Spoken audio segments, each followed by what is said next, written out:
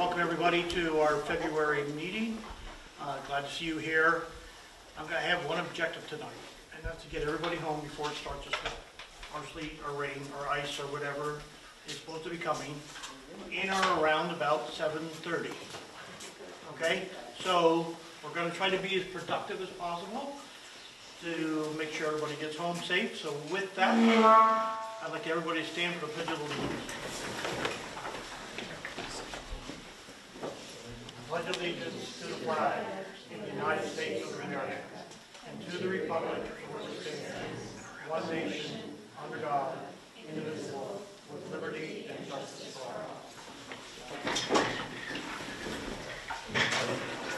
Thank you. Is anybody here this evening for public comment? No? You raised your hand. I'm just saying hi. Oh, hi. Hi, everybody. Hi. All right. No public comment? All right. We're going to move on to that. It's time for our 6-month financial review by our treasurer, Karen McLaughlin.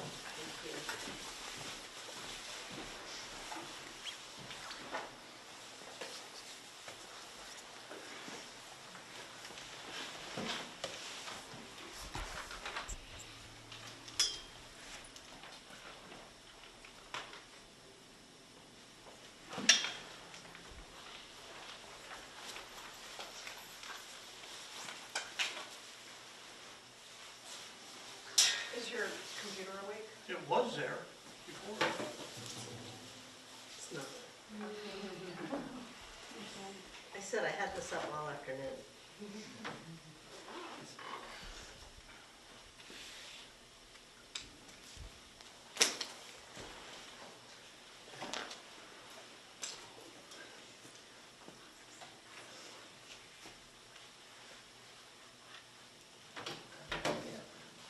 Okay. Welcome and thank you. This is our mid-year review, and actually this report in February will be a mid-year review plus about 2 months. Okay? Payroll, we're going to take it through January 31st, and then for expenses, we have some that expenses through February. So I just wanted to say that it's not just about what we budget, what we expend, what we receive, but it's also about what have we accomplished.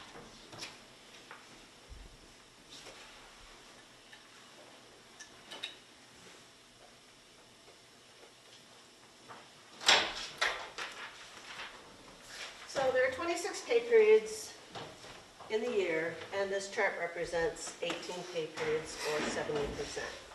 There's 30% left, but for the end of the fiscal year, May 31st. The categories, general administration, is about 71%, 71%, 70, court 71, highways 65, and water sewer 67.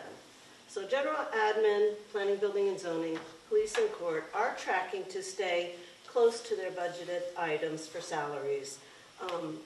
As I have them grouped, it will be a good idea to evaluate each salary line item. Overtime is not included in many of these budgets. As we approach the end of the year, budget amendments may be necessary. So keeping overtime monitored and kept to a minimum will be important for this year. Although the highway department currently looks to be in good shape, winter snow and plowing are far from over, and spring cleanup has not started yet. Similarly, the water and sewer departments are slightly below the percentage needed to finish the year under budget, barring any unforeseen overtime. And as you all know, we've had some water main breaks, and that requires additional time. So we really need to keep an eye on that for the next few months.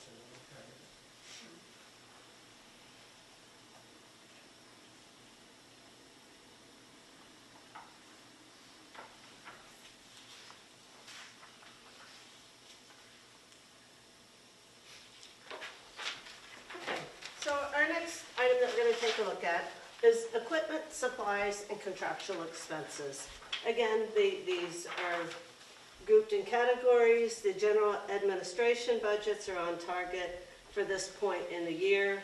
Since planning, building, and zoning include the grant budgeted for the zoning code update, it appears way low. However, aside from the zoning code update, these departments have been keeping their expenses down. The court was hit with several prior year expenses for which a budget amendment will be presented later to correct that. Other than that, they are also on track. Police expenses are high due to an unforeseen replacement of the septic system totaling $51,886. Parks, trees, and Asher Dam include engineering work for Lions Mini Park, drainage, Asher Dam hydraulic inspection, and valve work. The fire chief communicates regularly regarding balances in their line items, and the fire department is on course to stay within their budget. The highway department expenses are at 80%. Again, due to extreme weather conditions, this includes snow removal, salt, and sand. Paving was done on several streets this year, and totaling $477,000, of which $236,000 is allocated from fund balance, and $241,000 will be reimbursed from New York State CHIPS funds. Drainage will be the next big item to tackle. So employee benefits and debt are above 50%, and that is due to the annual retirement payment that was made in December, and it's not amortized out. Water and sewer, our budgets for equipment and supplies and contractual expenses appear on track for slightly more than this halfway point in the year. You can't ask questions. You can. Go ahead. Sure. Go ahead. Done. This suggests to me that you do a very good job budgeting. Think about to have this pattern, except the question was really about the parks and trees. Is that because things came up that were not foreseen in the budgeting cycle? No, that's because the budget matches the grant that we received. Oh. So we received a $49,500 grant, and we budgeted $20,000, and then those were expended. So that's why that is up there. Okay. That was foreseen. Thank you. Like that found maybe a couple $1,000s still in the tree line. We have a couple $1,000s still in the tree lines, but it's such a tiny amount, it doesn't really show up there. So we're on budget, but you wouldn't see it. You wouldn't see it between the blue and the green. It is a tiny amount. But every tiny amount counts, and that's why we're in good shape. So now we're going to take a look at revenue, and we're going to look at the budget to actual collected. The chart shows revenue received at the 8-month period. The village taxes always look good at this point as we receive them up front in June. We are made whole in April. Unpaid taxes in November are sent to Dutchess County for re-levy. In terms of revenue, we consider trends, conservative forecasts, then use them to generate best estimate possible. With the declining interest rates, next year's budget for interest earnings will need to be lowered. We also received a one-time payment from Archtop for $22,000. So we kind of look at everything to see where we're going to be and what our best anticipated revenue estimate will be. The fire contract for the town of Rhinebeck, fire protection, is paid for near the end of February. However, we did receive a payment for Hillside Protective District. Planning, building, and zoning, again, these are small numbers, but planning, building, and zoning fees are up as planning, building, and zoning activity in the village remains strong. Other revenues, in the other revenue category, it includes cell tower rental, a cable franchise fee of about $65,000. That's a one lump sum, and we don't get that towards the end of the fiscal year.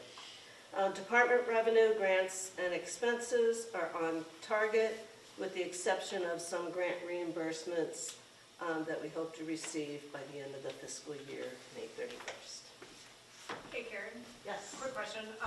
The mortgage tax and Dutchess County sales tax, I know that, remind me again how we receive the money from them. It's once every like 6 months, and then at the end of the year, there's like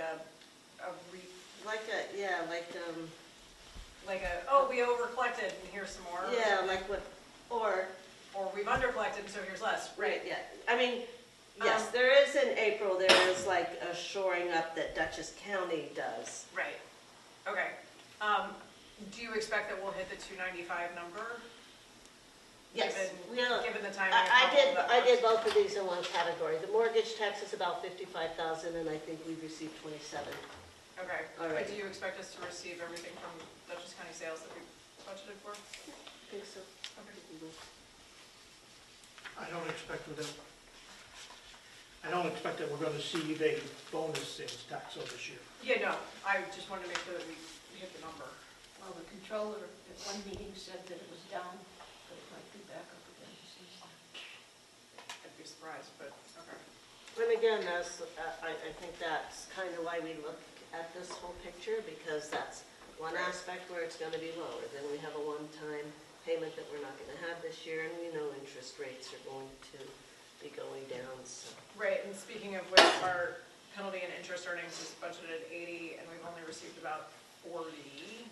And we get that at the end of the year in April when Dutchess County makes us whole, Got it. so. Okay.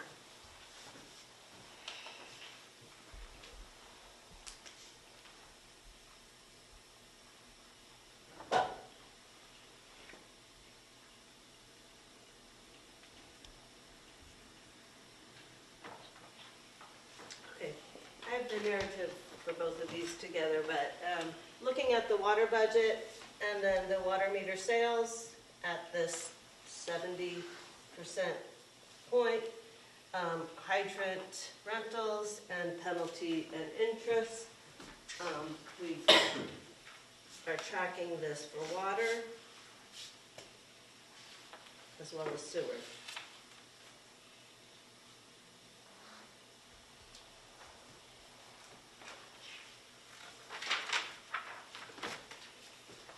So we are on track to reach our anticipated revenue in both water and sewer. We received 1/2 of the tap-in fee for Locust Hill of $440,000, of which $220,000 was deposited in each of the water and sewer investment accounts in New York class. So they'll sit there until that project gets underway and the board determines what they'll be doing with that. Next year will be a challenge with the water treatment plant upgrade and the wastewater treatment plant and sewer projects nearing completion. The principal and interest payment for the long-term debt will need to be added to those annual operating budgets and require an assessment of future rates.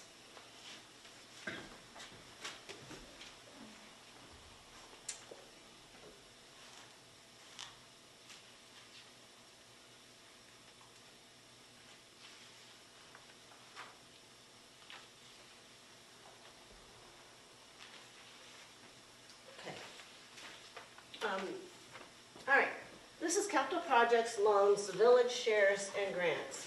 I'm not going to read through all of these, but this just gives you an idea of our capital projects and our activities.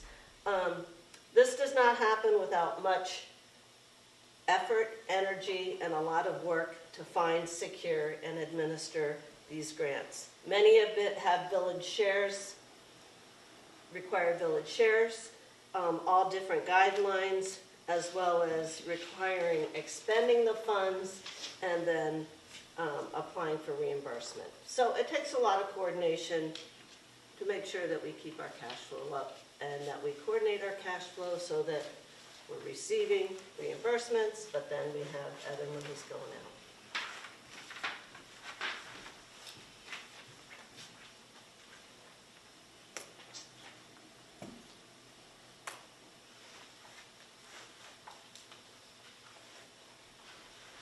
Okay, this chart illustrates in the general water and sewer fund, the budget, expenditures, and the revenues. So currently, the revenues are higher than the expenses in the sewer fund, a trend that hopefully extends through the end of the fiscal year. The water department expenses are slightly higher than revenue, but I anticipate our revenue with the next two water billings in both funds keeping up with that, barring any unforeseen expenses. The general fund has expended 67% of its budget. However, this includes the annual retirement payment, upfront insurance payments, and some projects that would be covered by grants. I want to get into Lydia's favorite part. Love this part. Oh, no. I don't like this part. That's cool, isn't it? It's up one page. I know, I'm used to a touch screen, and this is not a touch screen. Okay, so this is analysis of fund balance. Fund balance is at what point, at a point in time, where we're at a point in time. So we'll take our fund balance from 24-25, the end of the fiscal year 24-25, that we reported on our annual report. We take out the assigned fund balance and reserves, and then we make the assumption that we're going to keep 25% of our investments in security. So we remove those, we come up with an unassigned fund balance, we add our year-to-date revenue, deduct our year-to-date expenses, and then we come up with an unassigned fund balance. We do this in all three funds. We know that we have March, April, and May, and many bills in June that are for the prior year. So we know that most of our revenue has come in. So this has been like a really good tool to see where are we and how are we doing. When I look at this, I look at the water fund, that has a bit of a lower fund balance. But I also know that the water department has a big project going on right now, and it's required some pumps and things outside of the project to make that project go. And as I mentioned, they've also had some water main breaks and a lot of expenses for that. But I anticipate after the project's done that this will level out and we'll start working on growing our fund balance again.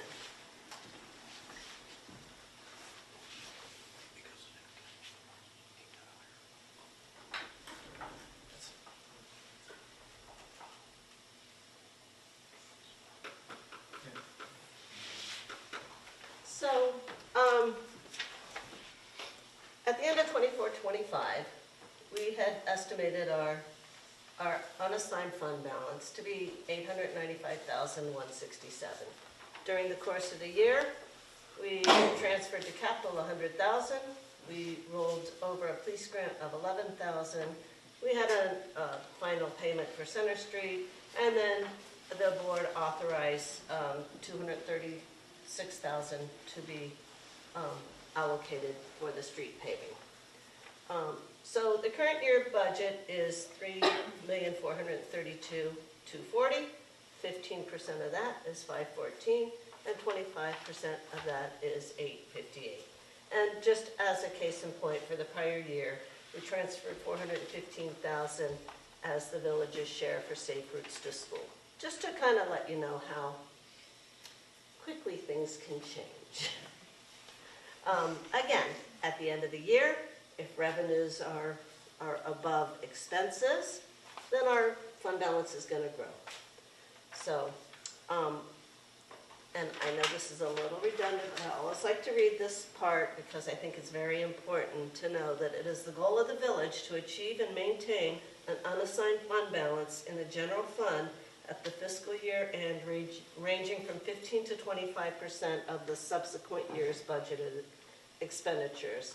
This minimum fund balance is to protect against cash flow shortfalls related to timing of projected revenue receipts and to maintain budget stabilization.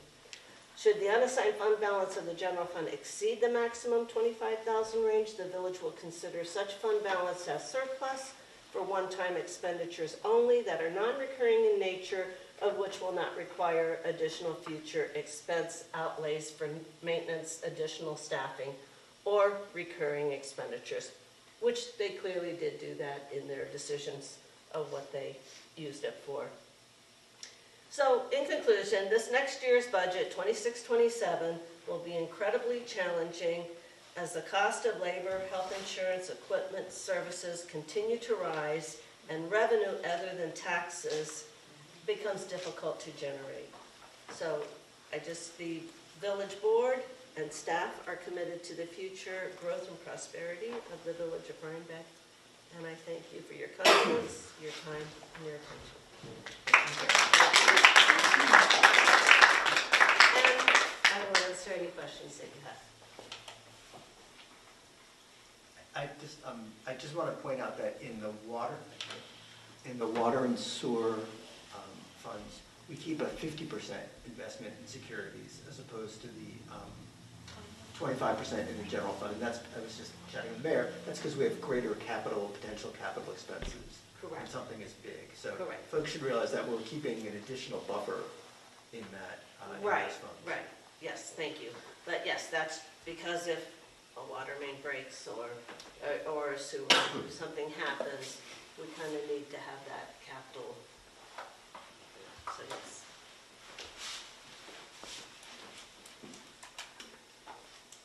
Thank you, Karen. Well done.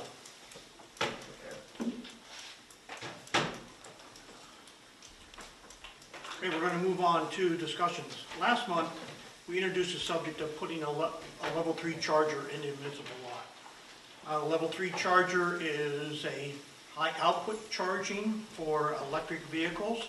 We currently have level 2 chargers in the lot behind Village Hall and 4 over here and 4 over in the municipal lot. This would be an additional high-speed charger. We've been working closely with Time Bond, who had a task order to generate this, and Randy, the Vice President of Time Bond, is here to update us.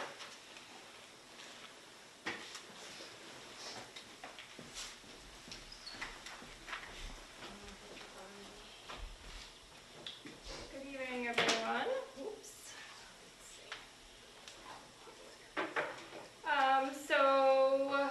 We have, as the mayor indicated, been working to prepare the application for the zero emission vehicle program.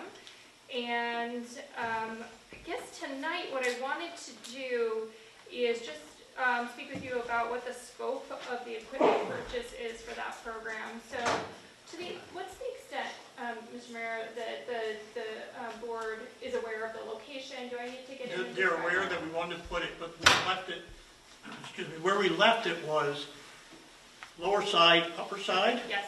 So we need to clarify that, Okay. which you've done. Yeah. And then that parking space and then the equipment. Okay. Okay. So, I don't have this on. Should I have this on? Just It may not have batteries. I will talk loudly. Okay, thank you. All right, so the proposed location for the DC fast charger is in the municipal lot. It would be in the same line of parking as the existing chargers that are in the municipal lot near Arroy. We did look at 2 possible options. We looked in the main parking lot, and then we also looked at the lower level in between or behind the Arroy building. When we evaluated it for ADA accessibility compliance, we found that it would not be compliant. So we wanted to make sure that this new DC fast charger was located in an area that could be ADA compliant. To serve the fast charger, there will need to be a new utility service. And so Central Hudson's already been engaged to come out and look at the site. And they would be setting a new pole at the location where the existing chargers are. And then there would be a wire that would span over the driveway connection between the lower parking area and the upper parking area. And then the equipment that gets installed for a DC fast charger is essentially 2 cabinets. One is a small electrical enclosure cabinet. Usually they're finished in white powder coat. And then the second is the charger unit itself. And the fast charger units are about 2 feet wide by about 6 feet tall. So they are a little bit taller than the ones you have currently. And we would propose that the first space that is opposite that drive aisle would be designated for EV fast charging, and that one additional space would be striped as an aisle so that that EV fast charging location is also ADA accessible. So much like the chargers you have currently, where they are ADA EV accessible. Does anybody have any questions about that? Because that's always that dual function. It's ADA compliant while you are charging your car, but when your car is done, you are supposed to move to another ADA space and not take it up and allow people to use the charger. So when you have the charger unit, they come in 2 styles. They come in a style where they have one charge port that charges one car at a time, or they come in a style where they have 2 charge ports and they charge 2 cars at a time, but we would need to take up a 3rd parking space. There's also an additional cost, even though it's 1 unit, every charge port is an additional cost of about $80,000.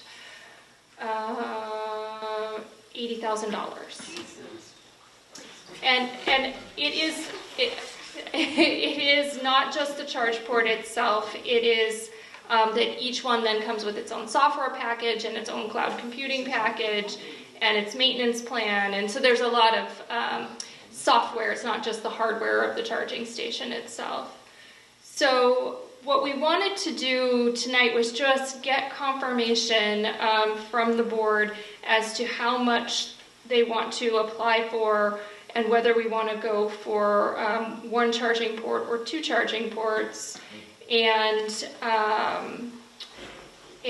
also just confirm the location of the parking space. Remind me, Brandy, Yep. Is there a match requirement? So there is a match. I looked into that today. Unfortunately, the match amount, it will not be more than 20%, but I don't know precisely what your match is. It's tied to your MHI. And when I went to look that up this afternoon, the census page has changed it differs from what is in the example in the request for applications. And so I was struggling to find what your MHI is going to be. The MHI is what dictates what your match is, but it won't be any more than 20%. In terms of outfitting, thank you. In terms of outfitting the charger, if we go for the 1 only port, can the 2nd port be retrofitted into the same unit, or does it have to be all installed as one? It would be a new installation. To get into the details, the weeds there is a different model that you can purchase that allows for addition at some point in the future, but it's quite a bit more expensive. It's more than double the cost, and it just didn't seem appropriate. So we looked at 3 options. One was, first we want to stay with ChargePoint. We're currently invested in ChargePoint. We currently have ChargePoint chargers. We currently have a program that supports that. You know, the website and everything. The same software management. It comes into, it rolls into one software package. So that's good. Yeah. And, you know, I mean, the new charger comes with additional ports. But we looked at, ChargePoint has a 250 kilowatt. That's the previous model. It's being sunset. There's still some inventory. It's much cheaper if we went with that, but the fact that it's being sunset and limited availability, Randy and I talked, we've been talking to ChargePoint, we think it'd be better to go to the newer version, which is called the Express 280, and that's the one she's kind of referring to. It comes as a single package. It can have 2 cables on it, right? But if you plug in 2 cars into it, you need additional space to it, and then it does load balancing and doesn't charge as fast. But the two cables give you the convenience if you're a left-handed or a right-handed charge point, charge access into your vehicle, it gives you that convenience to be able to have that. But I think the desired plan would be to go to that. The next one up, which Randy alluded to, was the Express Plus, which is $350, and that's double the cost, and it exceeds the grant capability that we could apply for. So the obvious solution here is to go with the 280, the Express 280 in a single port installation, right? And have it for one parking spot. Yeah, and so we just this afternoon got some additional information from ChargePoint. We are waiting for an updated quotation from them because we do need to include the quote in the grant application. But based on the opinion of probable cost that we've put together, which includes the site demolition that would need to occur to prepare the space for the new chargers. There's some fencing out there, some existing signage, the striping in the parking lot needs to be modified. Then there's a small amount of site work that needs to occur to install the new infrastructure. And then there's the installation of the charging station itself. The total estimated cost for that is $165,151. The maximum eligible amount for the grant is $250,000. So I'm assuming right now that clearly we fall under the max grant amount, so we could cover the maximum amount permissible in the grant application. If the match is 20%, that would be just over $33,000. And the grant request would be for $132,000.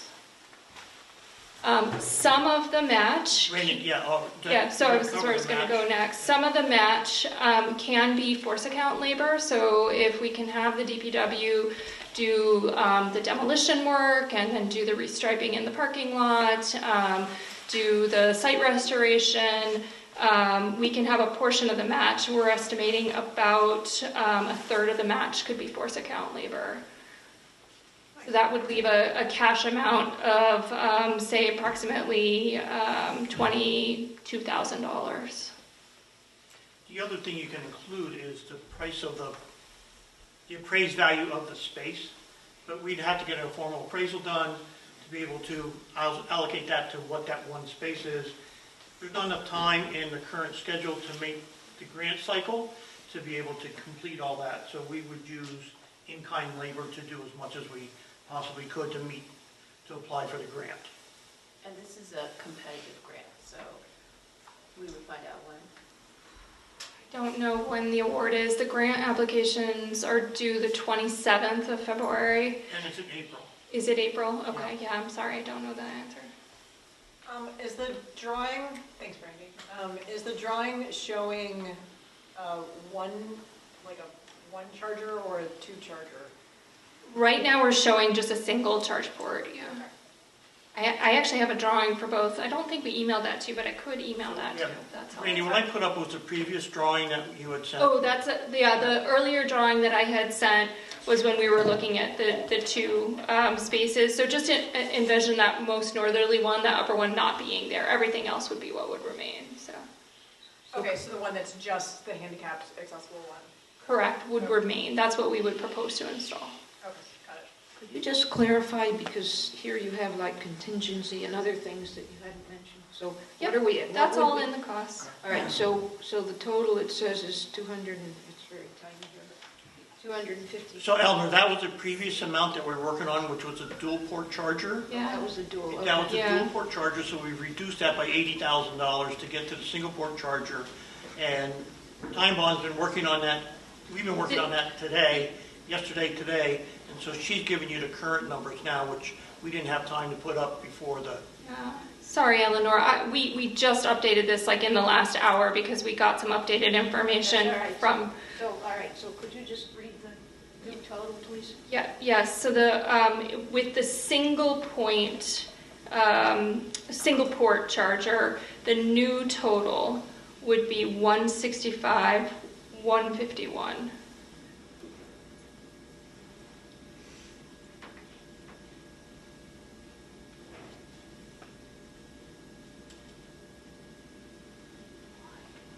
This has been discussed with, Vanessa, this has been discussed with the farmer's market, and they're okay with it. Obviously, they would prefer if we turn that off during farmer's market time or whatever, but they're aware of it and will work with us on having it. So they're very much aware of what we're trying to do. Generous of them. It's generous of us to let them use the parking lot. That was sort of the point of my story.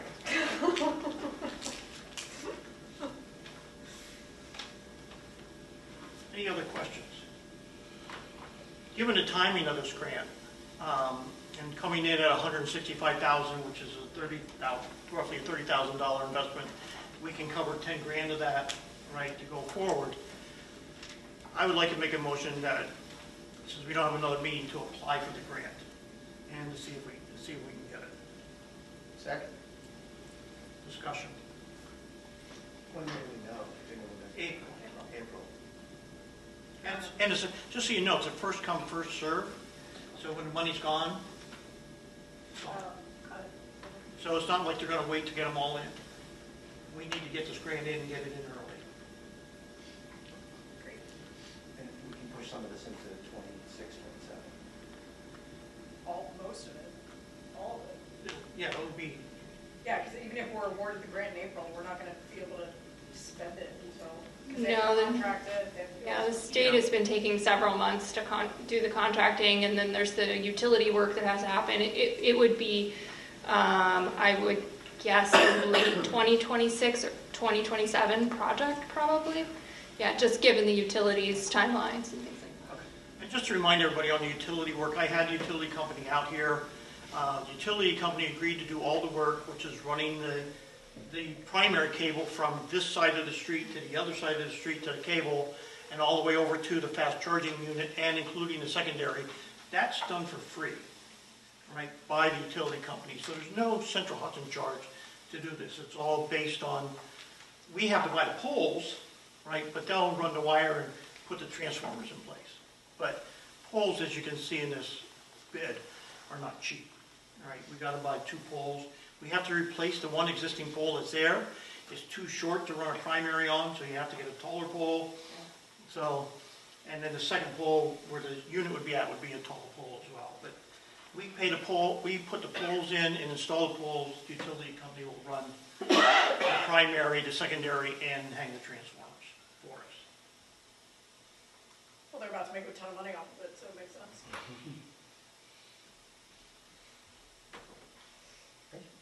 Thank you. So all in favor of going and letting Time Bond go process the grant for us, say aye. Aye. Opposed?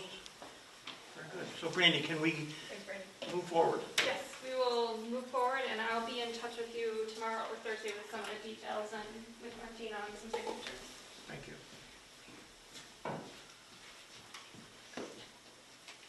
Karen, let's talk about our budget review schedule.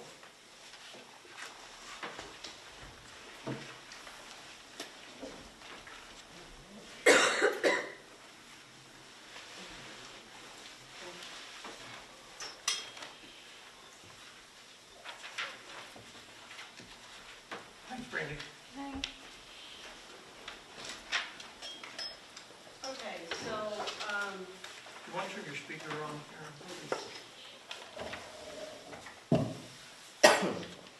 all right, so coming into this 26-27 year, we felt it was important to have the board discuss fund balance capital projects and purchases up front before the departments, just so we have an idea of some of the larger expenses that we're going to have. So we're going to do that on February 24th at 1 o'clock, which coincides with the second board meeting the board will be having at 3:30 that same day. We're looking at March 3rd at Tuesday the 1st, or Tuesday, 1 o'clock, March 3rd, water, sewer, and highway. Thursday, 1 o'clock, March 12th, salaries and personnel. Tuesday, 1 o'clock, March 17th, fire, police, court, and general. And March 24th, parks, comp plan, and planning and zoning. And then we will tie it all together and discuss the total budget at 6 o'clock on Tuesday, March 31st, And then the public hearing will be held, scheduled on April 14th at 6 o'clock at the regular board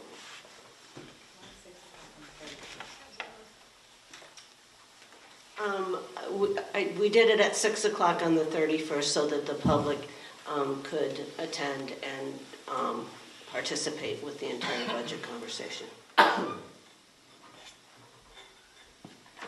Everybody here on the board has seen the schedule, so it should not be a surprise to any of you. Right. We're all in agreement to go forward with that schedule?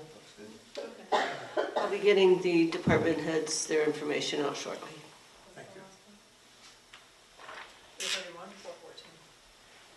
Did we vote on this, or? It's just a schedule.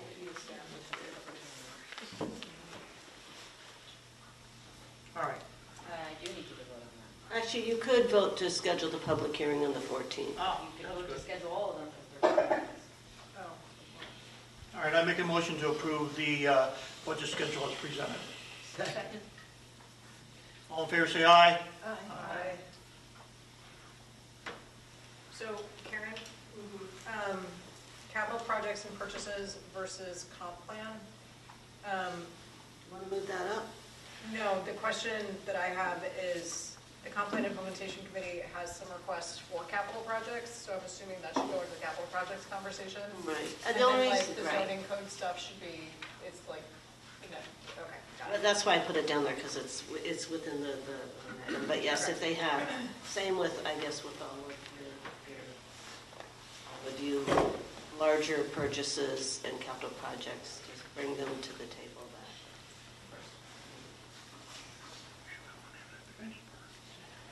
Vanessa, do you want to talk about the new grant opportunity to coincide with our passive grant? Yes, so I was researching other funding sources to kind of stack along with the EECBG grants, which is, as we know, specifically for this building, and renovations related to HVAC and energy efficiency. And I looked into the V Fire grant, since approximately 50% of this building is fire department, so. 60, actually. Oh, yeah? Okay, so that might change my numbers even more.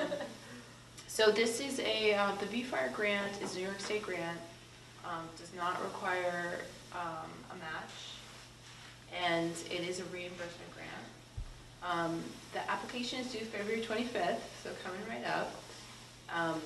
As a municipality with 100% volunteer fire department, the Village of Rhinebeck is eligible to apply. And it is geared specifically to support fire departments. There are some bonus points for rural fire departments, which I think we qualify for. We would not find out whether we have gotten it or not until September, the summer. They said sometime summer 2026. And funds from this V-Fire grant cannot be used on projects that are already happening or have already been implemented. So what I propose is that we call the replacement of our oil burning furnace, our air source heat pump replacement, that's one project, right? And then we separate out the other items that C plus GA recommended in phase 1 as kind of like a second project. And that second project is what we applied for funds for the V-Fire grant. So in a nutshell, it would be an grant application for about a little over $500,000. I talked to Bryant Knapp about this, Chief Knapp, and he's in favor of it. He requested some additional items while we're at it. So basically new garage doors for the apparatus room, the bay doors. So they would be more energy efficient, better doors, additional safety mechanisms as well. So, As an FYI, those doors are called out in the audit to be replaced anyways. correct. Yeah. So I'd like to make a motion that I apply for this grant. What would the match be about, do you know? Second. There is no match required. Oh, there's no match, okay. So, we have a motion and a second discussion. This is great, well done. Yes, well done.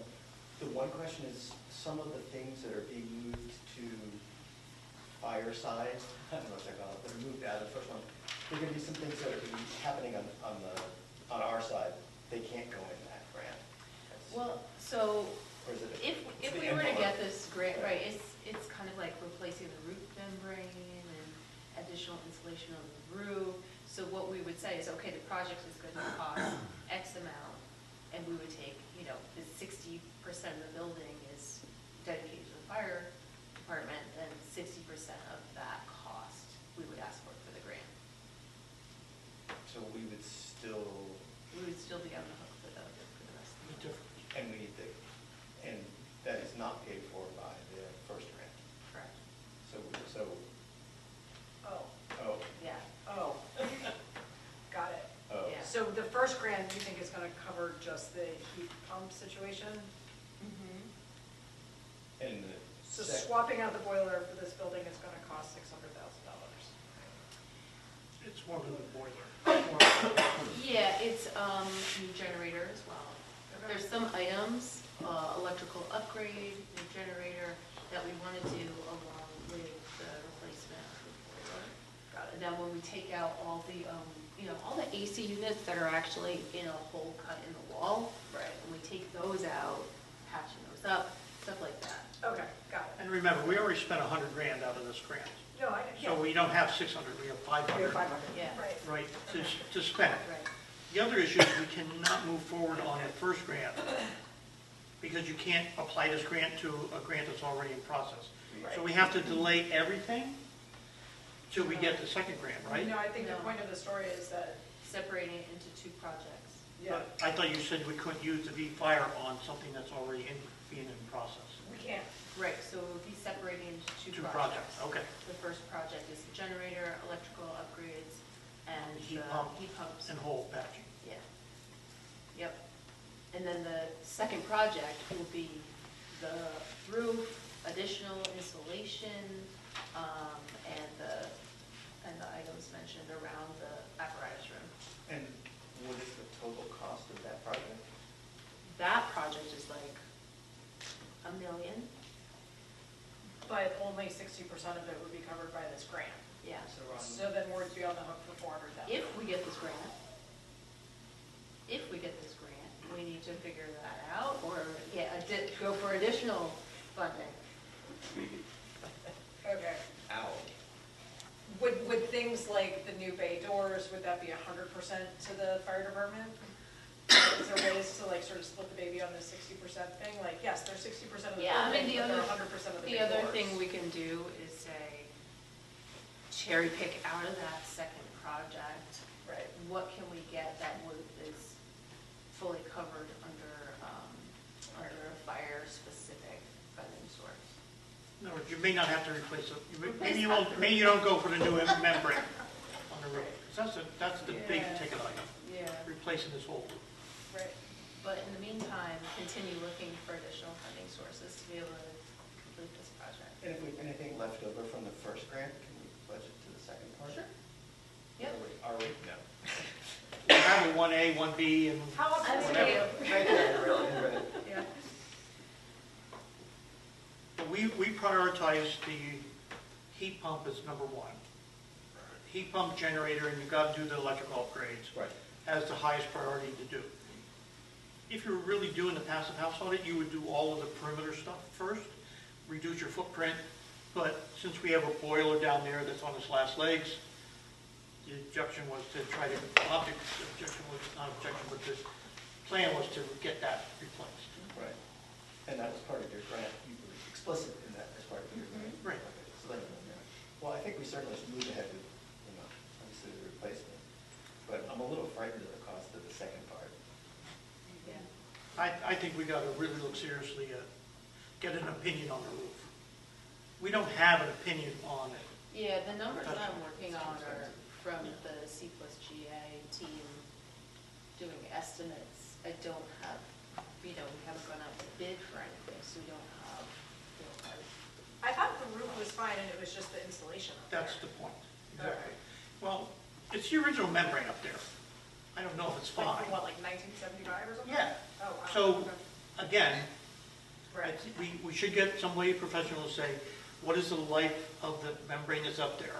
Right. Because when they did the audit, they wanted us to put more insulation Right. and put a new membrane on, which, you gotta remove the solar, Yeah. remove the membrane, put the insulation, put everything back in place, put the solar back in place. all Yeah, but that. the installation we could do from the inside, so there's that cost. Typically, you do it under the membrane. Oh, It Okay. could be an option, okay. if we could do foam something here. Right. I don't know the answer to that. Okay. We haven't looked into it. Yeah, okay. We should try it. Oh, if we get the grant, do we have to accept it? I think if we got the grant, but we hadn't come up with any other sources of funding, Right. and we're like, wow, we don't have $500,000, $400,000 to complete this full phase, we would look at, scaling back, whatever items we could. So, I mean, like, if we get this grant, like nothing ventured, nothing gained, right? So, I was kind of looking at the situation like, well, okay, we're gonna get heat pumps to replace the boiler, but we're not gonna be able to do the additional recommended items. And so I was like, what could maybe get us there? Right. Keep chasing the money and see how far you can go with it. And there may be other grants that come out Yeah. that allow us to do structural improvements as well. Right. This is just what's on the table Yeah. today. Typically, the CFA is announced, that's kind of announced in May, and then deadline's July. So if there's something in there, like maybe under Climate Smart for, building efficiency, the other thing is, in talking to NYSERDA contacts, they're kind of rejiggering a lot of their programs right now. The Clean Energy Communities program is hopefully going to be rebooted. So, we could see some new funding sources come out. We'll see. But this one is due really soon, and I think we have to take things as they come. Now, my thought is that we hold, right? I mean, we can do 1A with the money we have Yeah. and get that done and watch for other opportunities that maybe we could go forward that we could get a better coverage for what we're, for the grant. Are you saying not to apply for this? Not to apply for this one today. I think one It's pretty thing, bad if you reject it once you get it. I think one thing we have to consider for the bigger project is once you start doing anything with a roof, you're going to find all sorts of, things that, I know from a recent experience, once the roof is, looked at, there's. Yeah, all but sorts under of- 1A, we wouldn't be touching the roof. No, I get that, but So I'm it just would only saying. be if we got the No, grant. I get that, With but I'm any just, construction project, there's always unknowns in the walls. Yeah, that you the find. minute you open the walls. So, Yeah. but should we at least do, let's say it's 100% of the fire, can we just load the doors and whatever other, Yeah, can we load Fires. fire things can we into load it? fire things? Can we do, at least do the fire part and not Yeah, I can scale Doors back and the stuff, yeah. application, so it's really focused for the fire department?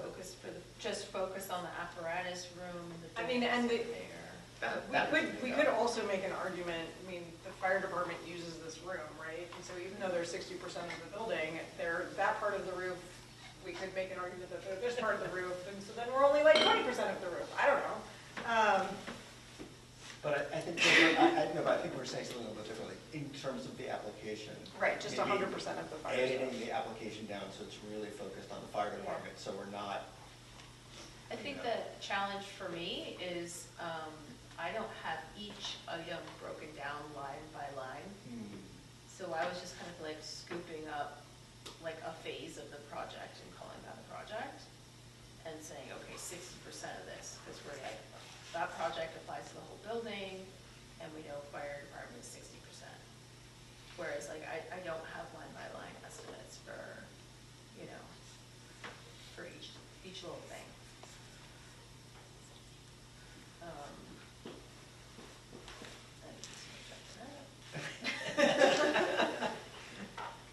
I mean, what are the other projects or the doors? And I think there was, replacing the blower, like the blower units in there. Oh, sorry. The exhaust systems No, I'm talking about the, heat exchangers. well, that would be part of the heat pump. That'd be part of, right. Yeah. But There was like additional, remember we talked about almost like separating out the apparatus room from the rest of this building, so Almost it's not insulating it. leaking, Yeah. you know? So there's like additional insulation and work to be done there, just around Yeah, encapsulating. maybe like the bay doors and encapsulating the apparatus room. Might be a smaller size project, Yeah. It- and not yeah. go for the, maximum. Yeah. yeah, I mean, I mean, it's kind of a bummer on the roof, but, you know, I don't know. In the world of, we just saw our fund balance go down by $500,000. It goes fast. Yeah, it goes fast. All right, we gotta keep moving here. Well, Let's do come you back. wanna amend the motion, or you wanna come back? It's due on the 25th, and I got it working on that. I'll make a new motion, amendment to the motion. I'll amend the motion to, yes, apply for the grant, but keep it to the 100% fire issues only, Second. projects only. Second. Any discussion? You good with that? All in favor, say aye. Aye. Thank you, Vanessa, I know that this is not, temple it wasn't really the goal.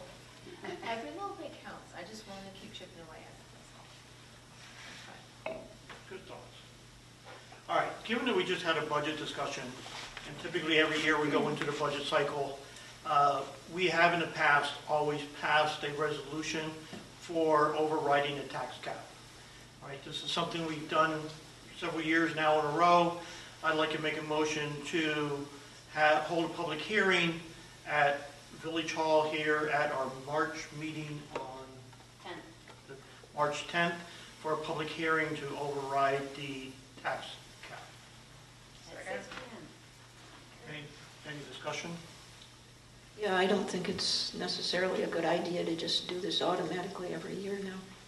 It's just a safety net for you. I understand, but it's. You don't want to do it when tempting- you're in the middle of the budget, though. Tempting safety net. Not really. Oh, are you kidding? There's nothing tempting about going over 2%. Look at this group. Yeah. It's not that. That's a break glass. We're not saying we are. Right. It's just the insurance coverage. Gotcha. All right, all in favor, say aye. Aye. Opposed? Nay. Carries.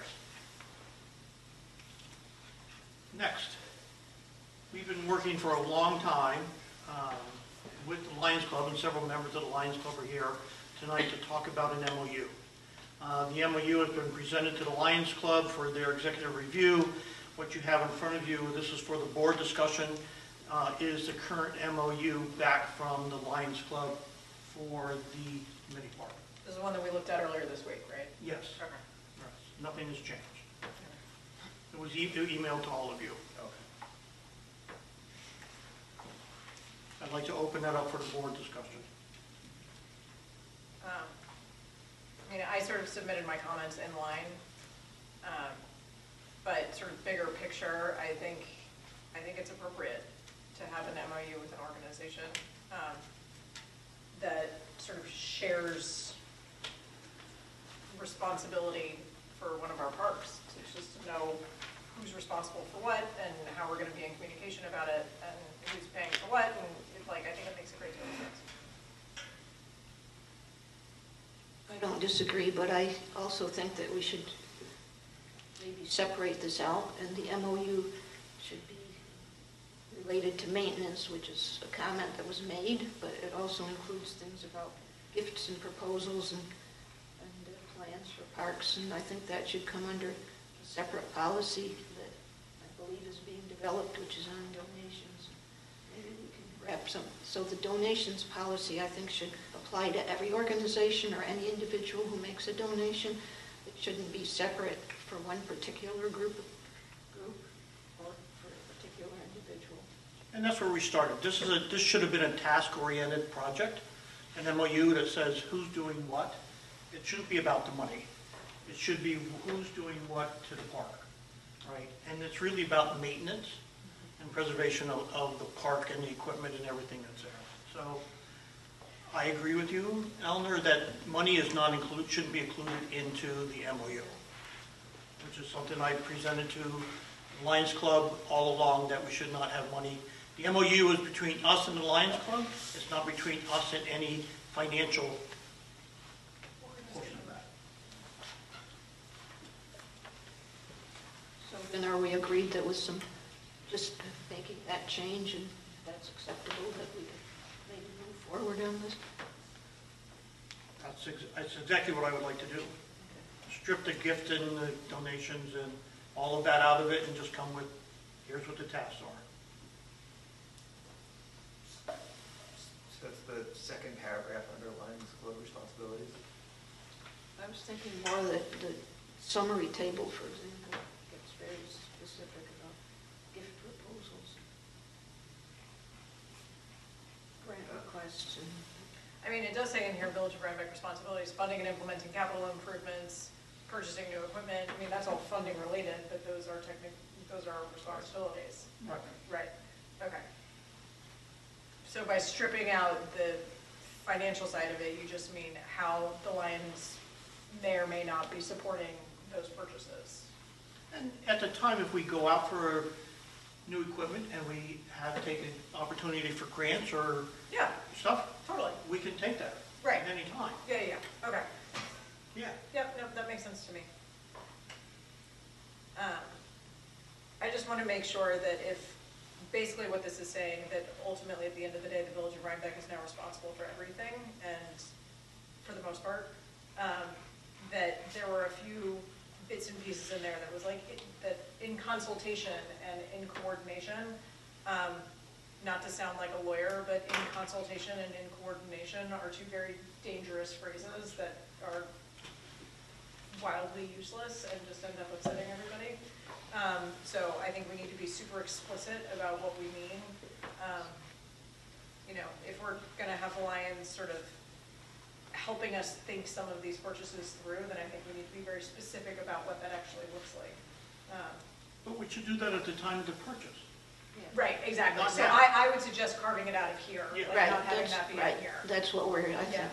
And then if, you know, the Lions chooses to give us some money for those purchases, then of course, like, we would figure it out with them and it would all be very laid out. I just was a little nervous about seeing in consultation and in coordination in this particular document. I want to be very clear, we'll take a donation anytime. You write us a check, we can take that check and we put it into a reserve account and it's reserved for that purpose. So donations are always acceptable to the Village of Rhinebeck for lots of things, and we can do that, right? But we should do it in concert with what we are moving on for that equipment. So are we going to then respond to this proposal? I will, Just to move forward, just so. I'm going to take your comments and you can give me your edits, and I will redraft this and I will get it back to Nancy, the president of the Lions Club, for their review, to take back to their executive committee. That's the process we have. So it's not a vote tonight. It's about what do you want to have in it, what do you don't want to have in it, and give me that. I will strip, add, delete, change, modify, and give it back to Nancy Dibbs, the president of the Lions Club, for review. Oh, yeah, there was also a line in here about conducting regular inspections and notifying the Lions Club both prior to inspection and sharing the results immediately. Not to step on a landmine, a potential landmine, but what is an inspection? And, you know, I, like, notifying prior to inspection and sharing results immediately, I think, I don't quite understand the purpose of that. Also, what is immediately? Also, to what purpose? Are we notifying them so that they can then tell us to do something about it, or are we notifying them because they're gonna offer to help fund it? Like, you know, I don't want to notify someone just so that they can tell us to do our jobs. I don't know. I mean, Yeah. so I think the key thing here is we will conduct the safety inspections, which we've done the last 2 years. Right. And the village will then take that, and if the safety inspection comes out to be that there's $10,000 worth of stuff, and maybe we need help to do that, Right. we could put a request out for help to be able to Right. make those repairs. And for clarification, there are like certified playground inspectors who actually come out. This is they have like they're Right. certified by the Playground Association of America, whatever the hell it is. Right. And, But I think the lawyer would want a definition of that. Yeah, like, are we Well- conducting, like, is Kyle going out there once every couple No, of no, months, this would like, be- checking the chains, or is this like the actual official playground inspectors of the This is the- United States and, you know, like, inspecting? So I think we just need to sort of tighten up some of that language. I would, playground inspector. And, you know, also, once again, sort of sharing results immediately. I think we need to share results once we have a plan to do something with the results. So, yeah, okay. Because there's no commitment by anybody to fund this. Right. As there was in the past. Let's be honest, everybody. The Lions Club is a great organization. They do a lot for our community. They've been involved in our park since 1987. A phenomenally long time, and have contributed greatly to the mini park for a long, long period of time. But the dynamics are changing with people and expenses especially. This equipment is no longer something you go buy at Williams Lumber, right? It's specialized equipment, it's very expensive. It's hard for anybody, as well, even us, to be able to purchase and put in place. The Lions Club had a plan 2 years ago to buy the equipment. It was $200,000 to replace that small section and expand it. It's outrageously expensive to do for any organization today. So it takes a lot of work and a lot of effort to make that happen. The existing equipment had to go. It could no longer be there. It didn't work, but in the meantime, we are going towards a village to fix up the drainage and make sure that that area is a little bit better usable and maybe can be better utilized going forward. So we're going to spend $200,000 this spring to clean up the park, right, in the area of the kiddie section with all the drainage. So having said that, at some point during the budget process, we're going to have a discussion about what do we want to do, right? But this isn't about that. This is about No. what does the Lions Club want to do to help us maintain the park? God bless them, right? I'm happy that everybody's here, everybody wants to work together. We all have the same goal in mind, to create a park that's usable by everybody, and it's safe to be used, right? But if we're going to take over the responsibility of making that purchase, then we need to take over that responsibility. But if there's grounds like they mentioned, the gazebo, right? Or the sign, or whatever, they want to maintain that stuff, God bless them. I love it. I'm happy with it. I'm happy. But we're going to take on a much bigger role in terms of the maintenance of the park and the purchasing of equipment. And then we can go out and apply for grants to do that. As for instance, the Frost Foundation is able and willing to give us money, right? Great. So we need to act quickly if we want to move on that, because their grant cycle opens up in a very short cycle to be able to apply for this grant. Great. And we should. Yeah. We should go forward and say, listen, we know it's going to cost X, and we should apply to the Frost Foundation for the grant, just like we're due for any grant. I don't know if we're going to get it, but the door has been open to apply for that. So in the upcoming meeting, we're going to come forward with a request to do that. Okay? All right, so there's no vote on this. This is give me your input. We've discussed it publicly, as the Lions Club have discussed it within their executive session. Give me your markup. I will give it back to Nancy, and we'll move forward. Okay? I'd like to have that by the end of the week. All right? Any problem with that? No. Okay, thanks.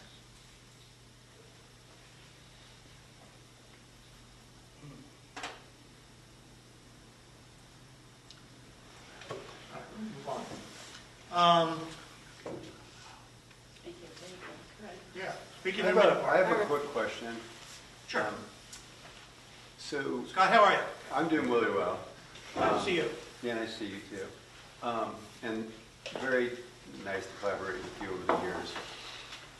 I just have a question because what you kind of said something rather quickly just then. It's like, oh, we're going to have to take on a bigger role and we're going to apply for grants and and this is a $200,000 park or whatever. And it just didn't seem,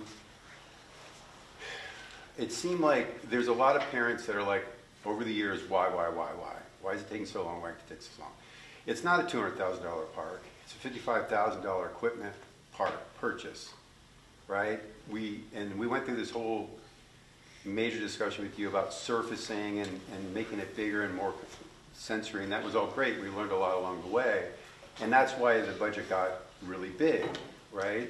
But really, it's just for us in the Lions Club, because the MOU is a separate conversation and one that we're looking forward to working with you on, but it just seems like you get the drainage done, you got the grant, you got to apply it. This is the site for it. We've done a lot of work on what the choices would be for these things, and we have the money for it, and let's do it, right? So it just seems like you applied for the grant last year, you didn't get it, and it's going to apply for another grant another year, and the money, and we have some we've now got $50,000, the equipment's $58,000, we can do this. So just everyone on the board, please just consider that it does not have to be this ongoing discussion about the Taj Mahal there that eventually you guys will purchase once there's a nice grant, right? We're ready, and we have it, and we're excited to do it, and we're incredibly grateful that we've been able to be a part of it for so many years.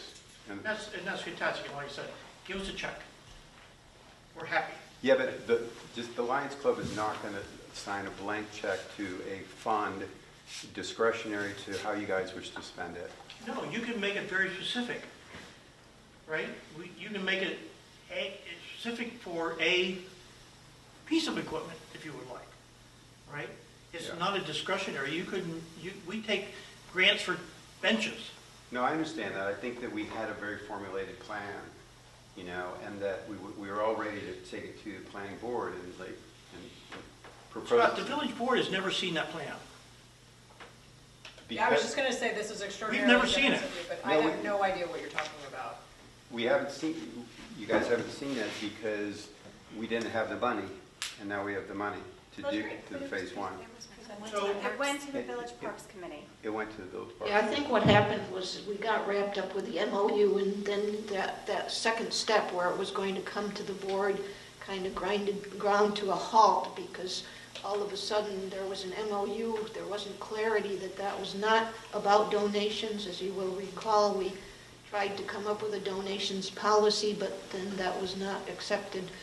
So that's where it sort of stalled. But I think now, I mean, even if we only, one of the things we were talking about at the Parks Committee meeting was that even if we come out with like a centerpiece, like this one person who's been helping us plan, try to figure out how you actually, revitalize a park, he suggested that you have this high interest piece of equipment.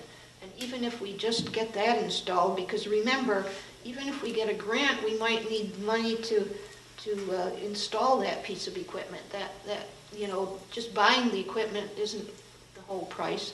So if we get your help in buying it and we get that centerpiece and that high interest point of equipment so that little kids can start using the park, I think that things are going to start working more smoothly then, because I think...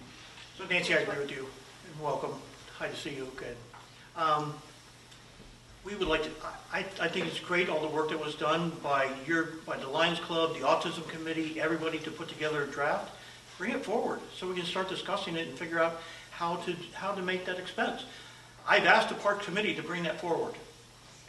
So let's do it. Yeah, we have it. It's very specific. We would love to submit it. Okay, We're waiting. sounds good. We have not seen it. Yes. It was submitted. The Parks Committee You has have it. And No, we isn't it- don't. Isn't it being presented? We do not have it. It was given to the Parks Committee, not to this board. Okay. It has never been given to this board. But we felt it was the Lions who should present it. I thought we were told that we needed to present it to the newly formed Parks Committee. We did, you did. And then remember, we gave you feedback, and then we thought that you were going to, I don't want to, look, it's not the Lions' fault. I don't want to throw rocks at anybody here. I think that the past should be forgotten. Let's move forward. Let's forget about the past. Let's come up with a path going forward.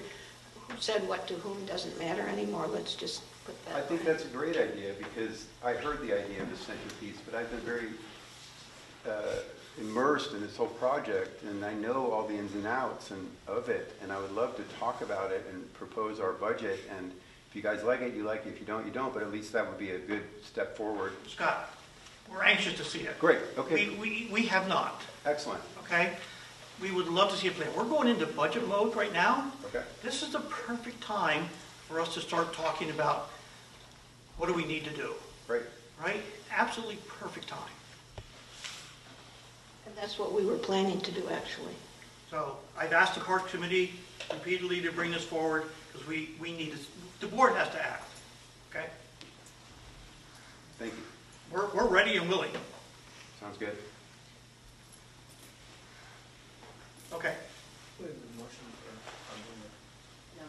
for, No, the grading. okay. That's next. Yes, that's okay. We're going into that now. Okay.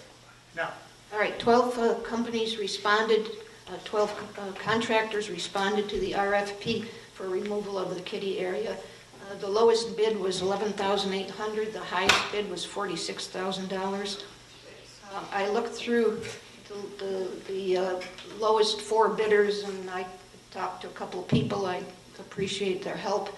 And basically, I'm recommending that we choose the lowest bid, which was Land Work Contractors from Mahopac, New York. That's for $11,800. So I make a motion to award the RFP for removing the kiddie area in the Lions Mini Park to Land Work Contractors for a total of $11,800. Second. I would like to amend that to make sure that it's coming out of our Parks Capital Fund, which we have enough money to do. Yeah, we What do we- talked about That's that. how we passed it. So just so everybody knows, we have $19,000 in our Parks Fund, so this would be the $11,000 coming out of the 19. Okay? Any other discussion? That's great. I'm amazed we have so many responses. All in favor, say aye. Aye. Opposed? Okay. What, 2 months ago, Martina, we put out a bid for a independent audit of our fiscal process. We did not receive any bid. Zero, nada, nothing. Seriously? Zero. So I'd like to make a motion to go back out to request for another bid to be due for our independent audit of our budget process. Bid 24, 25. For 24, 25. Yes, same as last time. Might I recommend going on the government finance, just advertise it there, because that's what they do. Wherever we can. Yeah. Yeah. So well, I made a motion to go out for another bid. Second? Discussion. I just want to comment that this audit can also be done internally. We could also have people trained to do this audit. Well, it was recommended by the state office that we do an independent outside audit. They can, after you do that ongoing, you can do internally. We can put together a committee to review and do audits internally. But one of the things that was done last time it was audited was to have this independent audit done. They're now recommending that we still follow that last process from X years ago to do an independent audit here. And once you get that, then you have the groundwork and base work to then decide how to move forward, which is all that we discussed last time. So I just want to clarify so that if we do get a response, that somebody, at least 1 or 2 people from the board could volunteer to participate. I think that would be up to our auditors and see how we can do, and Karen as well, to see what we need to do based on the audit. Well, I mean, there's an opportunity here. I mean, we're the ones who are technically responsible for doing all of this work, and so if a couple of us with everybody's permission, sort of shadow this process, then we would learn how to do it. Yeah. Which, We tend to learn a lot. yeah, I would imagine. No, we should treat this as a learning experience. Yeah. All right, so when, we need to set a date and a time.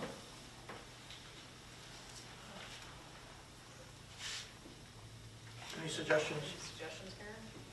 No, because I think people respond to these things. A month or,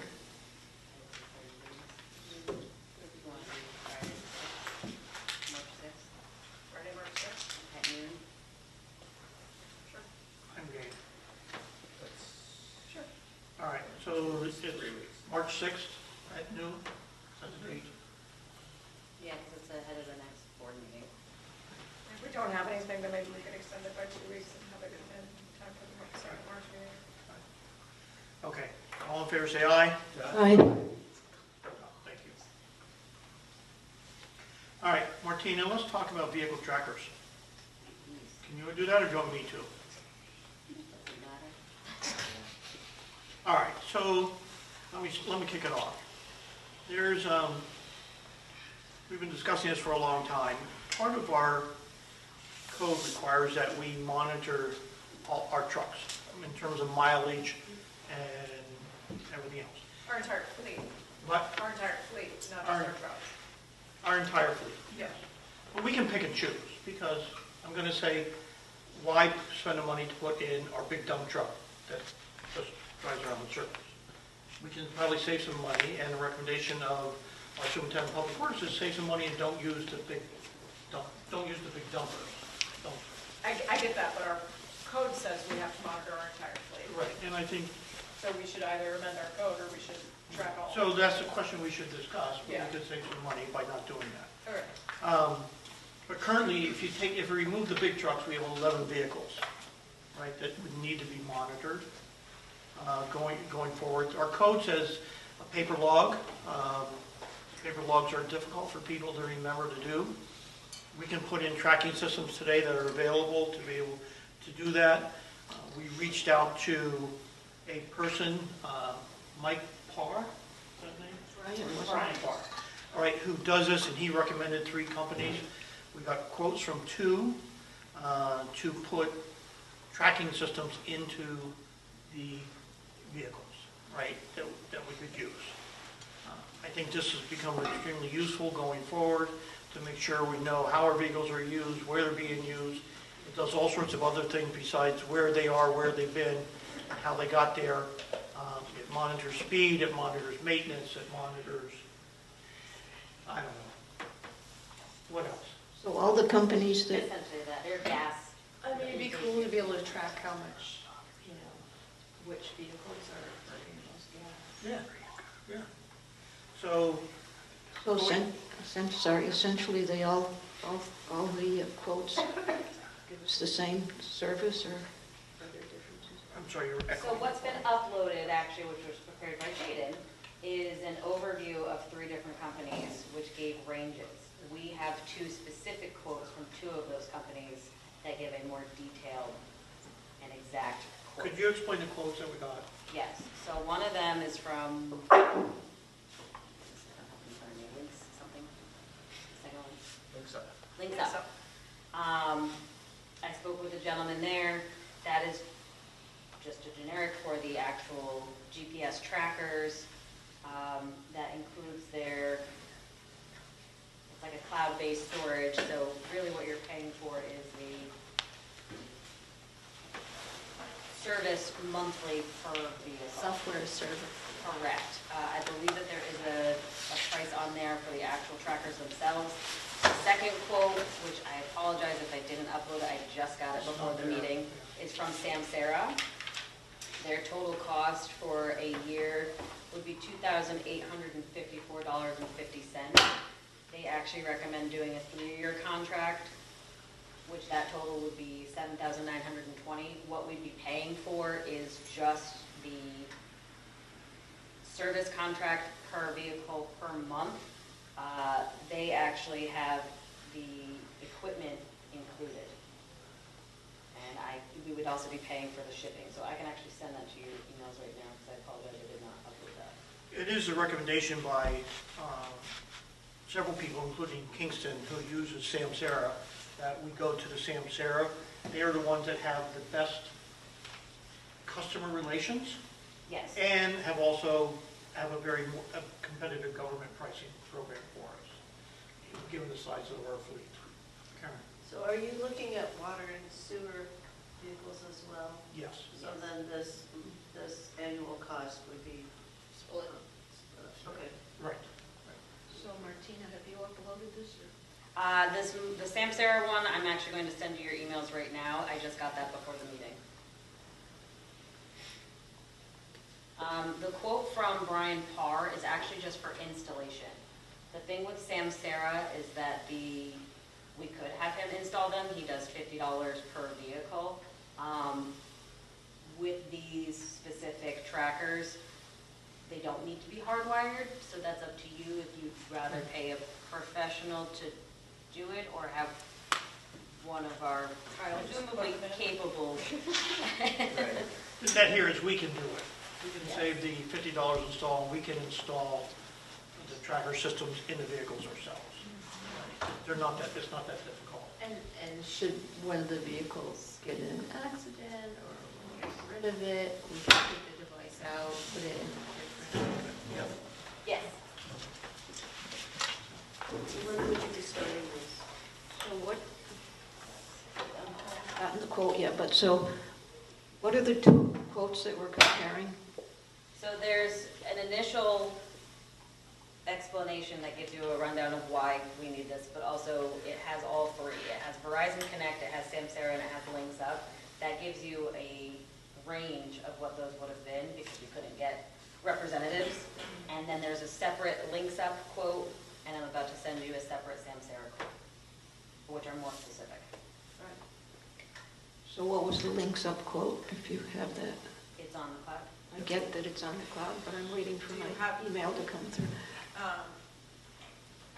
None of it says like a total cost per year. Which is what are we talking about annually? Ish, $3,000? I don't know. It was $20 a vehicle, wasn't it? What was for Samsara? Well, there's device. We're looking at there's Links Up. installation. Links Up is on the cloud. I don't know because I don't have it in front of me. I'm sending you guys Samsara, which we'll talk about after. Can we hunt for 2 weeks? Okay, I think we should punt on this for 2 Yeah, weeks. we need Because we need Also- to, if we can, just compare apples to apples, Yeah. you know, And- to like come up with a scenario for annual for this, annual for that company. Yeah. So we can Yeah. run, Yeah, Samsara is the only one who gave it to me as an annual, yeah, so we'd have to do that math. Yeah. I don't know what that is. That's fine. Definitely, I mean, it's important to know that going into the budget, like, Well, is this also something we want to do before June? Yes. Okay. I mean, if you want to figure out essentially what it would be, you multiply that number by 11, because it's 11 vehicles that we're talking about, by 12, which is 12 months. Right, We have a board meeting on the 24th. we do. I won't be here. Okay. But we can still have We can it. still, We can talk about it. should we get the information straightened out and then take a vote? Yes. Given that this just came in, I Yeah. agree. Okay, so we'll table it for now. Yep. All right. Okay, we're on table that. Martina, I also don't have the police IT quote. That's, From that was up CMI, in- Is it on the cloud? yeah. Yeah, it came Didn't see later, it. I think. $37.50 Sorry, let me go back. or, yeah, 3,700. Oh, I'm sorry, yes, there is. So this is something we do every year. We buy hours for our unique servers over at the police station. He's very familiar with it. It's the same contractor that we've been using in the past. I'd like to make a recommendation to buy a block of time of 20 hours for $3,750 for the maintenance and service of our police IT servers. 30 30 hours. 30 hours. 30 hours. 30 hours? 30 hours. sorry. 30 hours, yes, I'm sorry, 20 plus 10. This was what was formerly done by the BOCES? second, Yes, Thank you. yeah. yes. Yes, it was formerly done by BOCES, but then that person could no longer do it, Right, and then he formed his own company, and now we have this new Yes, process, that's which right. we've been using for a while. a while. We have a second. We're in discussion. And this is already in the budget? it's the first time. Oh, wait, Yeah. This is Pete's request. okay. Should be. I'll talk to Pete about it, because he has funds that, prior year revenue, so I'll get it set for next meeting. It's an annual expense, Yeah. it should be in the budget somewhere. Yeah, I think he'll be fine. All right, motion second, all in favor say aye. Aye. Aye. Karen, treasurer's report. Okay, the general fund ended the month with $242,312.91. Water fund ended the month with $335,345.09. Sewer fund ended the month with $317,243.52. The vouchers presented for payment approval in the general fund total $173,945.49. In the water fund, $123,129.12. In the sewer fund, $39,523. Safe Routes to School had a bill for $6,053.35. Frost Grant, the second speed sign, came in at $13,294. Escrow bills totaling $2,124. The water treatment plant upgrade had a bill for $67,256.33. And the wastewater treatment plant improvements had bills totaling $551,550.25. So just need a motion to approve those vouchers. So moved. Second. Any discussion? All in favor say aye. Aye. A monthly statement is provided with the revenue and expenditures through February 12th, 10th. Water and sewer, February billings, February monthly billings went out, semi-annual fire line and hydrant billings went out. Water and sewer adjustments were signed off by the mayor and presented for approval. I make a motion to approve. Second. Discussion? Okay, the only All in favor say aye. Aye. last item I have, a tax assessment reduction after a court order settlement, a refund in the amount of $2,436.41 was issued to Amonte Properties, and the 25-26 village tax assessment roll will be reduced by $990,400. Wow. It's not a choice. And as I get, actually, that is to let you know what happened in my next thing is my budget amendments. My last item is my budget amendments. So I just wanted to talk we had already made a budget amendment for the $51,886 for the septic tank for the police. Also, throughout the year, they had $9,750 of pumping out the septic. So my recommendation, and I asked the board, if they would like to reclassify that as sewer bills, because technically it's infrastructure, and if we had a sewer, it would be a sewer bill. I mean, I can do it either way. I don't. One of the things that we did when we put in the new sewer was to make it so it could be connected to our sewer system. So part of the expense was to allow for that hookup to happen without having to incur any additional expense. You want to use some of that logic to say, does that apply to maybe make it a sewer expense versus a police expense? Up to you. If not, I'll just leave it in, I'll just continue in the general fund with the budget amendment needed for. I'm a little uncomfortable moving that to sewer because it's not part of the sewer system. It's straight up not part of the sewer system. I'd say the only thing we have is the improvements to make it part, that's all. Right. But like a private property owner would be paying for that, not like. Yeah. So I think this needs to stay in the general fund.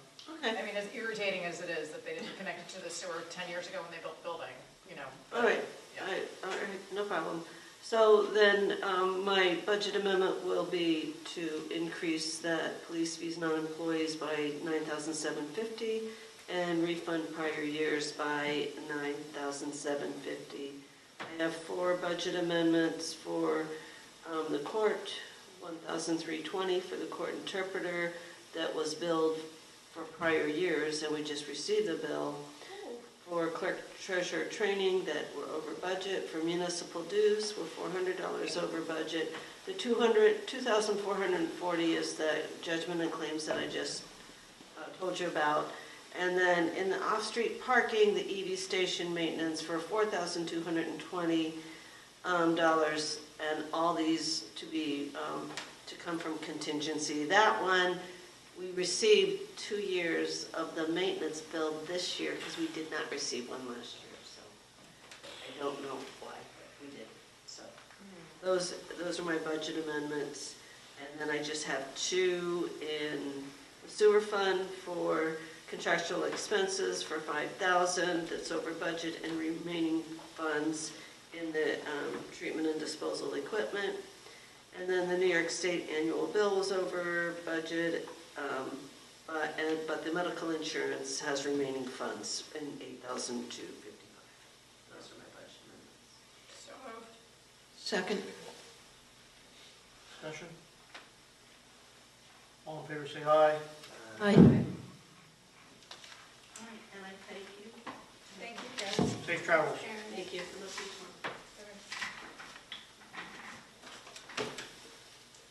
Okay, we're on to resolution agreements.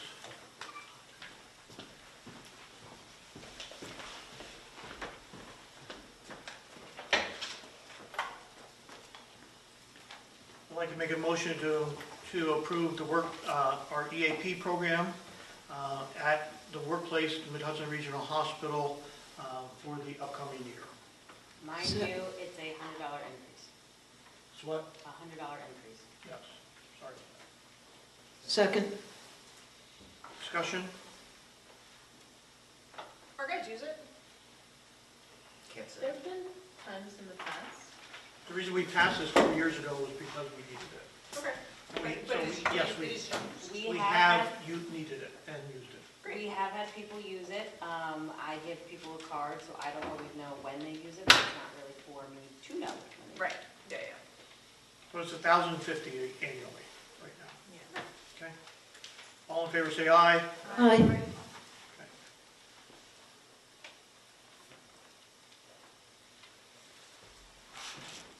As we have done in years in the past, I'd like to make a motion to approve the Hudson River Drinking Water Intermunicipal Council MOA for 2026. Second. Discussion. This is unchanged from prior. Basically, yes. It's the same verbiage. New dates. Yeah. Well, there's now the drinking water source protection program implementation stuff, right? The Drinking Water Source Protection Program is a work plan, Right, right? yeah. And this money helps manage that Drinking Water Source Protection Plan. Is that still not approved by the DEC? We're supposed to get an update by the end of this month. Fingers crossed.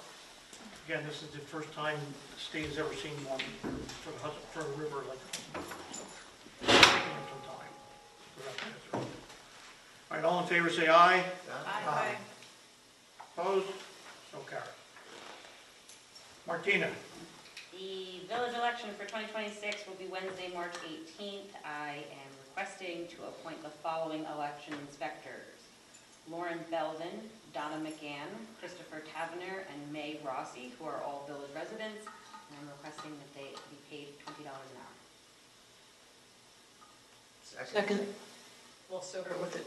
Yeah, so it's just gonna. Yeah, really. Thank split you. it between them $1. Do we usually pay them $20 an hour? We used to pay them $15 an hour. Oh, they're getting raises. any discussion? All in favor, say aye. Aye. Okay. Now for an interesting subject. Our paid family leave and disability, which This has is become insane. I'm just gonna say this out loud, this is insane. a real topic of discussion. So just to put this in perspective, everybody, we've had a paid family leave policy and disability policy by Hartford Insurance in place. It's always been there. It's been on a renewal program, so it's never really come up for this board to really do it because it's been an automatic renewal. This year, what happened, as a result of going to paychecks and New York State passing a law that says any portion of that is the employee, that is covered by the employer, becomes earned income to the employee. So it's being reported on their pay stub as earned income, which has now brought it to the attention of they're getting charged income on this, which is not a huge thing, but it does add. They're not being taxed on it. They are being taxed on it. New York, and it's New York State tax, not federal tax, just to be very clear. Well, it's better than it could be. Yeah. So some of the employees have said, why am I paying for this? Right? The reality is, according to everything that we can determine, that there's two portions to the paid family medical leave and this policy. One is a government portion, which is 60%, and another is 40%, which is mandated an employee cost. Okay? If we, the village, pay the employee's mandated cost, it becomes earned income. Right? If we say it's a deduction for them, it's a deduction for them to pay it, and it's all everybody that's eligible. It's not you can do it, and you can't. It's everybody has to be eligible to put it in. So we could charge them the 40%, just like we charge them 15% for their health insurance. But it's not really a 40% of the total cost. If you look at the formula, the IRS rules, it's 1% of a number to get to that cost, which is what they're seeing in their paychecks today as their earned income, basically. It would cost them in the realm of less than $20 to have this policy. Per pay period or per year? Per pay period. Okay. I think that's what it amounted to, It's right? approximately $10 each pay period. Yeah. That is as $10 earned per pay income. period. And there's, So they only have to pay tax on that $10 per, so they only have to pay tax on that $10 per pay period, not, Correct. Correct. they don't actually have to pay for the $10 because we're paying for the $10, which is why they have to pay tax on it. Or you make a deduction. You have two choices. So they either pay the $10 or they pay tax on the On the $10 $10 that that we pay. that we pay for. Yes. Correct. Cheaper for them to pay tax on the $10 that we pay for. If you keep the policy, because it's not like a regular policy where you can offer it to some employees. If you're gonna do it, you have to do the whole thing, and everybody has to do it. I think, I don't understand what that means. Don't all of our benefits apply to all of our employees? Yes. Some people don't have certain benefits, they can opt out of them. Yeah. Oh, got it. Okay. But in this case, you have to list all the people that are qualified and they're part of the package to be able to do it. So did we get any other quotes? Not yet, no, because it's more a decision, In general. yeah, if you want to have it. If you do want to have it, we can then get quotes, which I've spoken with our broker about, but this is more a conversation, do you even want to provide? Well, the only reason I asked is because New York State offers a plan, but I don't know what it is because only the village can apply for it. You know, get the quote, so Yeah, you can't I just haven't- jump on. I But haven't if we seen had it. a quote and it were a reasonable amount, I would just say go for it because there is the advantage that we don't make the decision on who's eligible, so we omit that whole part. The issue is we've been paying for this for No, I get it. I so far. understand, So yeah. we're already into this program already, and we have 5 months left to go until, well, excuse me, this is for 2026, right? This would be for It's a year. 2026, we are This is actually 1 year. overdue. So we're 2 months into We're it. overdue on our payment currently. The other part of this is that as a municipality, the village can opt in or opt out for supplying paid family medical leave. So you don't have to offer this. Right. Employees No. don't need to. We're I know, under- but- Right, we're under no requirements to abide by federal Family Medical Leave Act because we're small. so I would like to make a proposition, which is, we've been paying for this, we've budgeted for this, this is part of our budget. Right. I think we should extend the current policy for 2026, but we are doing a general policy review. Right. And then we can figure out what we want to do with this, with the paid family medical leave. for 2027. for 2027 The and biggest forward. change though is that now employees are gonna have to pay the tax. Right. We have to move forward Right. with having it show up in their pay stub And if we continue to do it. Right. if you've asked certain employees, they don't wanna pay the tax. Or they don't want to have this benefit. Correct. We've had 3 people use it in the last 6 years. Right, I mean, nobody expects to use paid family medical leave. Exactly. And It's then insurance, the minute- that's the problem. And then the minute you need it, Yeah. you're gonna be really upset that you don't have it. Right, that's the problem with insurance. Like, this is sort of one of those things that I don't think is up to the decision of the employees. It's up to us. I think this is up to us. And I hear that they don't want to spend the 42 cents a pay period, but, you know, they'll also be really upset when they don't have family medical leave when they Or the actually need disability. it. Right. So I would argue that if they're being forced to pay for some of it, we ask them to pay for the cheapest option, which is the tax on the $10.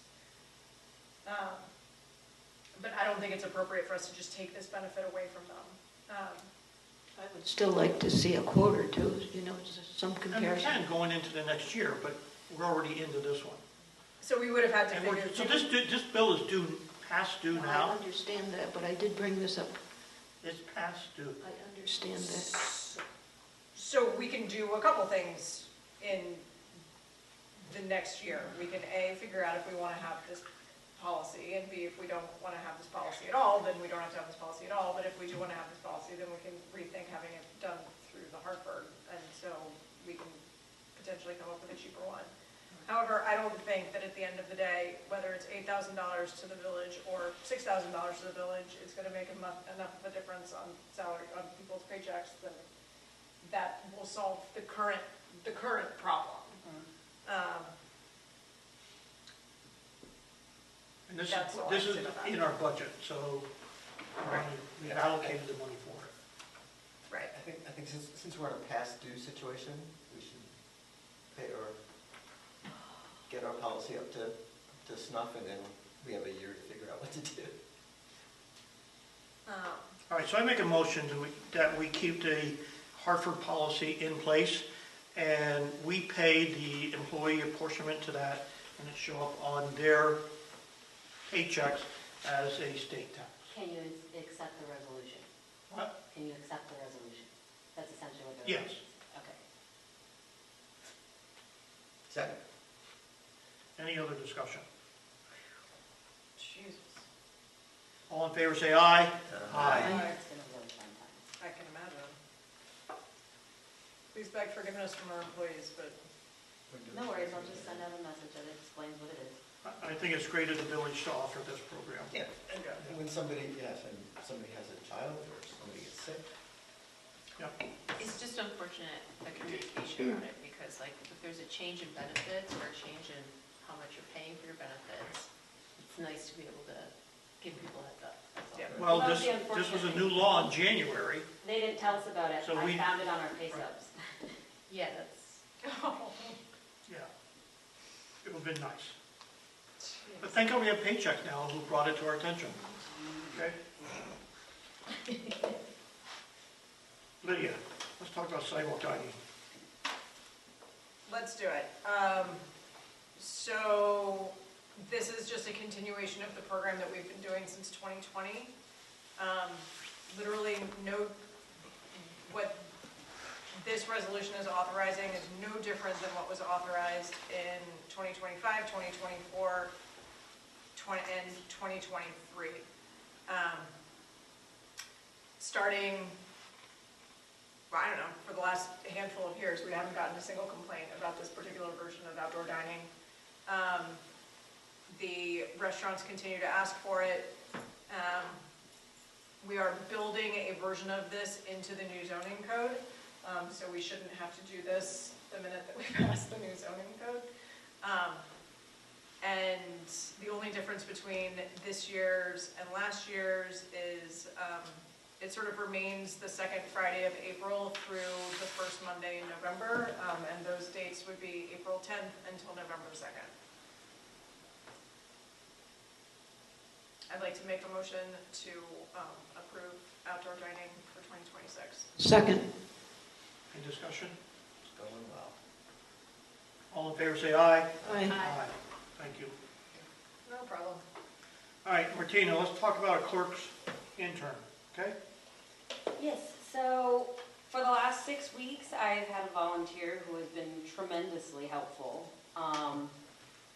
And the goal is to continue to have his help, but to actually have the help that I need. And in order to do that, he needs to have access to things, because the easiest way to get him access to things is to make him an employee, because we don't have volunteers accessing our payroll system, our personnel files, all the different things that I actually need assistance with. The biggest things that I would like for him to do over the next 14 weeks is to clean up E-code and then make that our designated repository for things and switch from the cloud, which would include uploading all of the resolutions and local laws that I've been asked many, many times to do, but I just don't have the time to do that. Also, a lot of scanning and filing and election preparation, because with all of the new things that have been coming into the village and all the new responsibilities I've taken on, while I am capable, it's just a lot. And unless I either stay late or come in outside of my normal working hours, because if you ever come into my office on a normal day, I'm quite routinely interrupted, which is fine, but it makes it difficult to get some of these back burner items done. So in the resolution, you can see the responsibilities that I would like Jaden to do. He has already shown that he's more than capable. He's actually very eager to do all of this. I have spoken with the county about the actual title. I've spoken with Karen about the actual payment. While he is happy to have volunteered, I can't really expect or ask him to continue to do so, especially for 15 hours a week for nothing. So my request would be to allow him to be an intern for the next 14 weeks. And then in the budget, I would actually love to have a discussion about a future, more permanent, even though it could still be part-time, but a different position, which it would actually be leading up to a records clerk, which the requirement for that would be 6 months of experience, which he would then have at the end of his internship.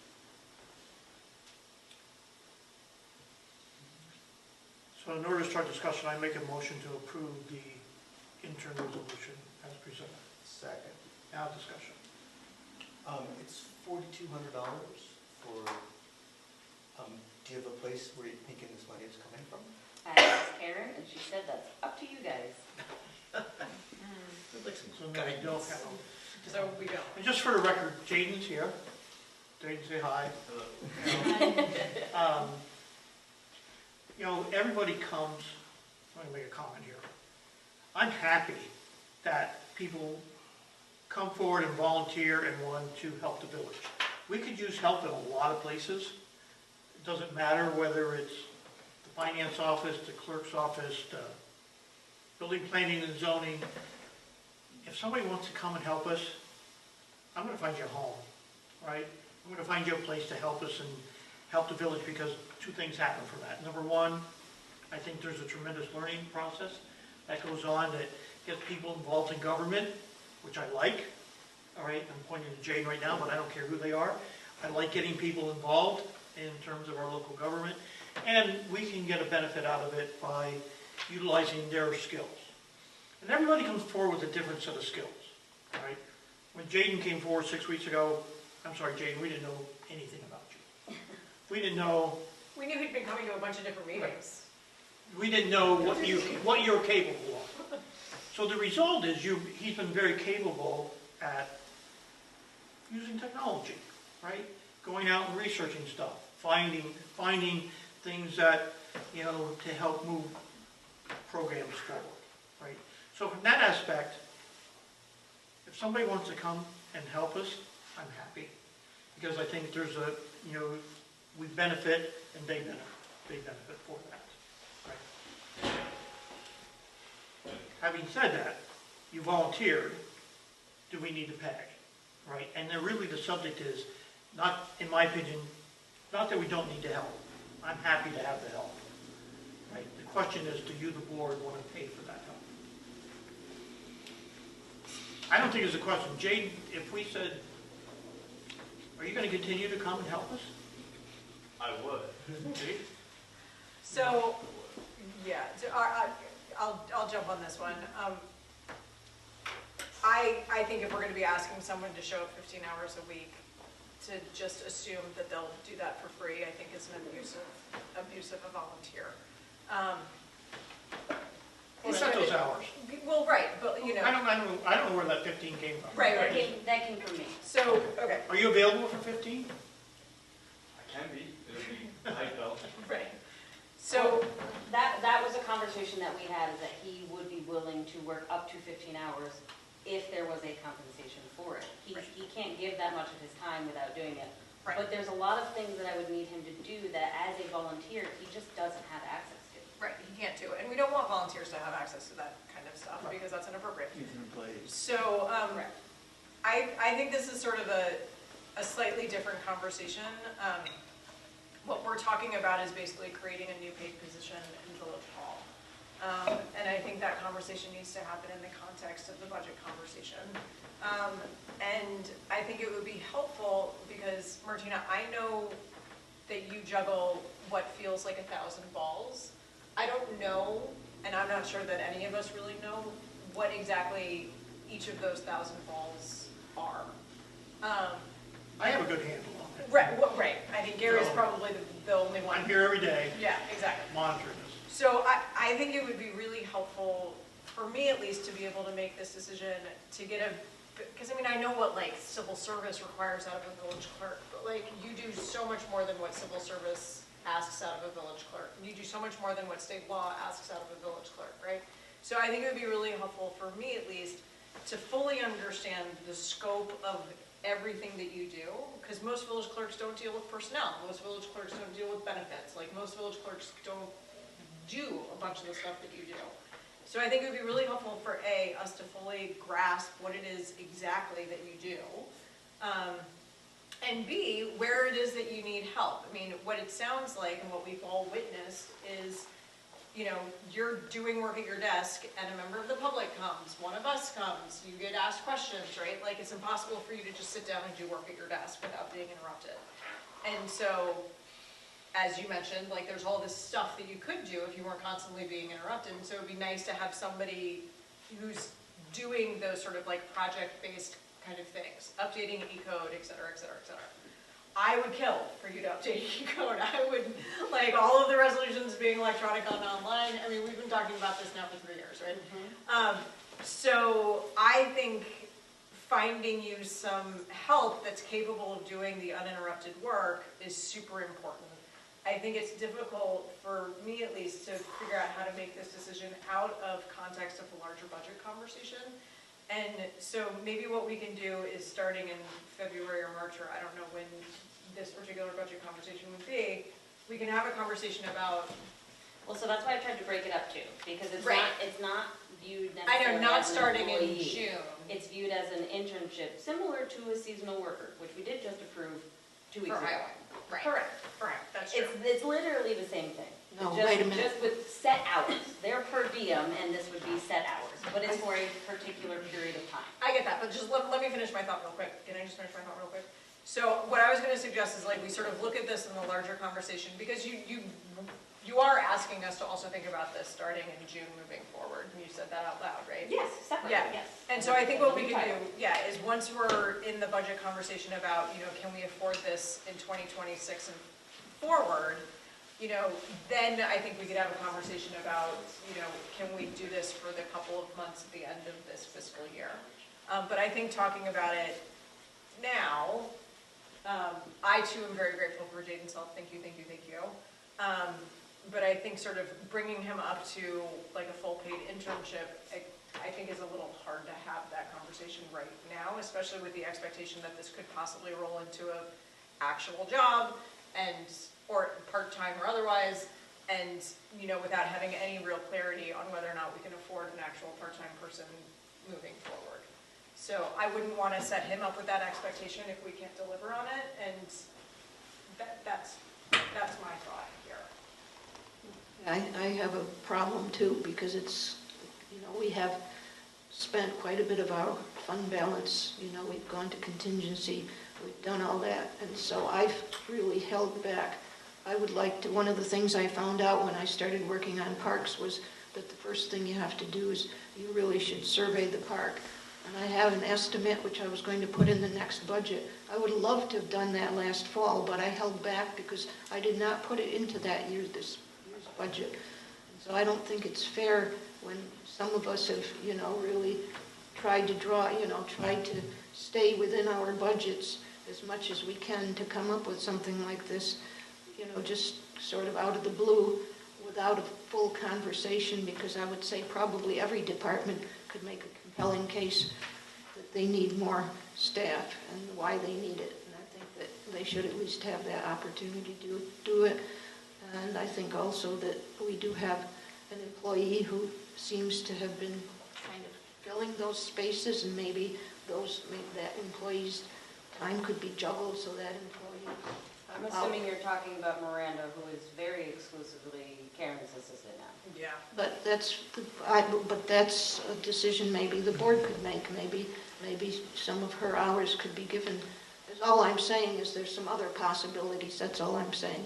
Yeah, we were using Miranda 2 days a week in our office already, right? One And- day But in my that office and stops. not Well, and we could bring it back if we had to, right, as well. Right, but we've also been Right. encouraging Karen for the last But 5 we years won't- to get help, and now that she's finally I'm accepted. the one lobbying to get Karen help. Yeah, exactly. Right, so and the more help we can give her, the better. Karen and Chrissy, let's combine that office together, right? So we can use Karen, Miranda, where she's currently at in a more capable capacity, in helping the treasurer and the clerk, and the clerk's, and the bill paying clerk. I'm gonna be devil's advocate here and say that it's very hard to find people that are really good workers, and an internship position can be something that is temporary. I think I would feel comfortable saying, like, let's give Jaden the internship now and get Martina the help she needs right now, while also having a discussion about what does the future staffing look like, what are the future staffing needs for that department. I just think, like, all of the work that goes into the job, putting the whole thing together and hiring someone is also work, time and energy to be taken into account. And I think we have someone here who's doing a good job, and we know it will be a benefit. So that's my opinion. Well, as you know, I made some other comments that I made privately, which I hoped I wouldn't have to make publicly, but I think that, I think we need to look a little bit closer, because we have a situation where we have lots of distractions currently in the office and the whole building here. Maybe we should, look more generally at some of those that I mentioned in my letter. I really don't want to bring out a lot of things out in public. As you know, I asked for an executive session that was denied, so I just don't feel comfortable at this time. I know that the CPIC is going to come up with budget requests. In fact, it's in the report that's on the cloud.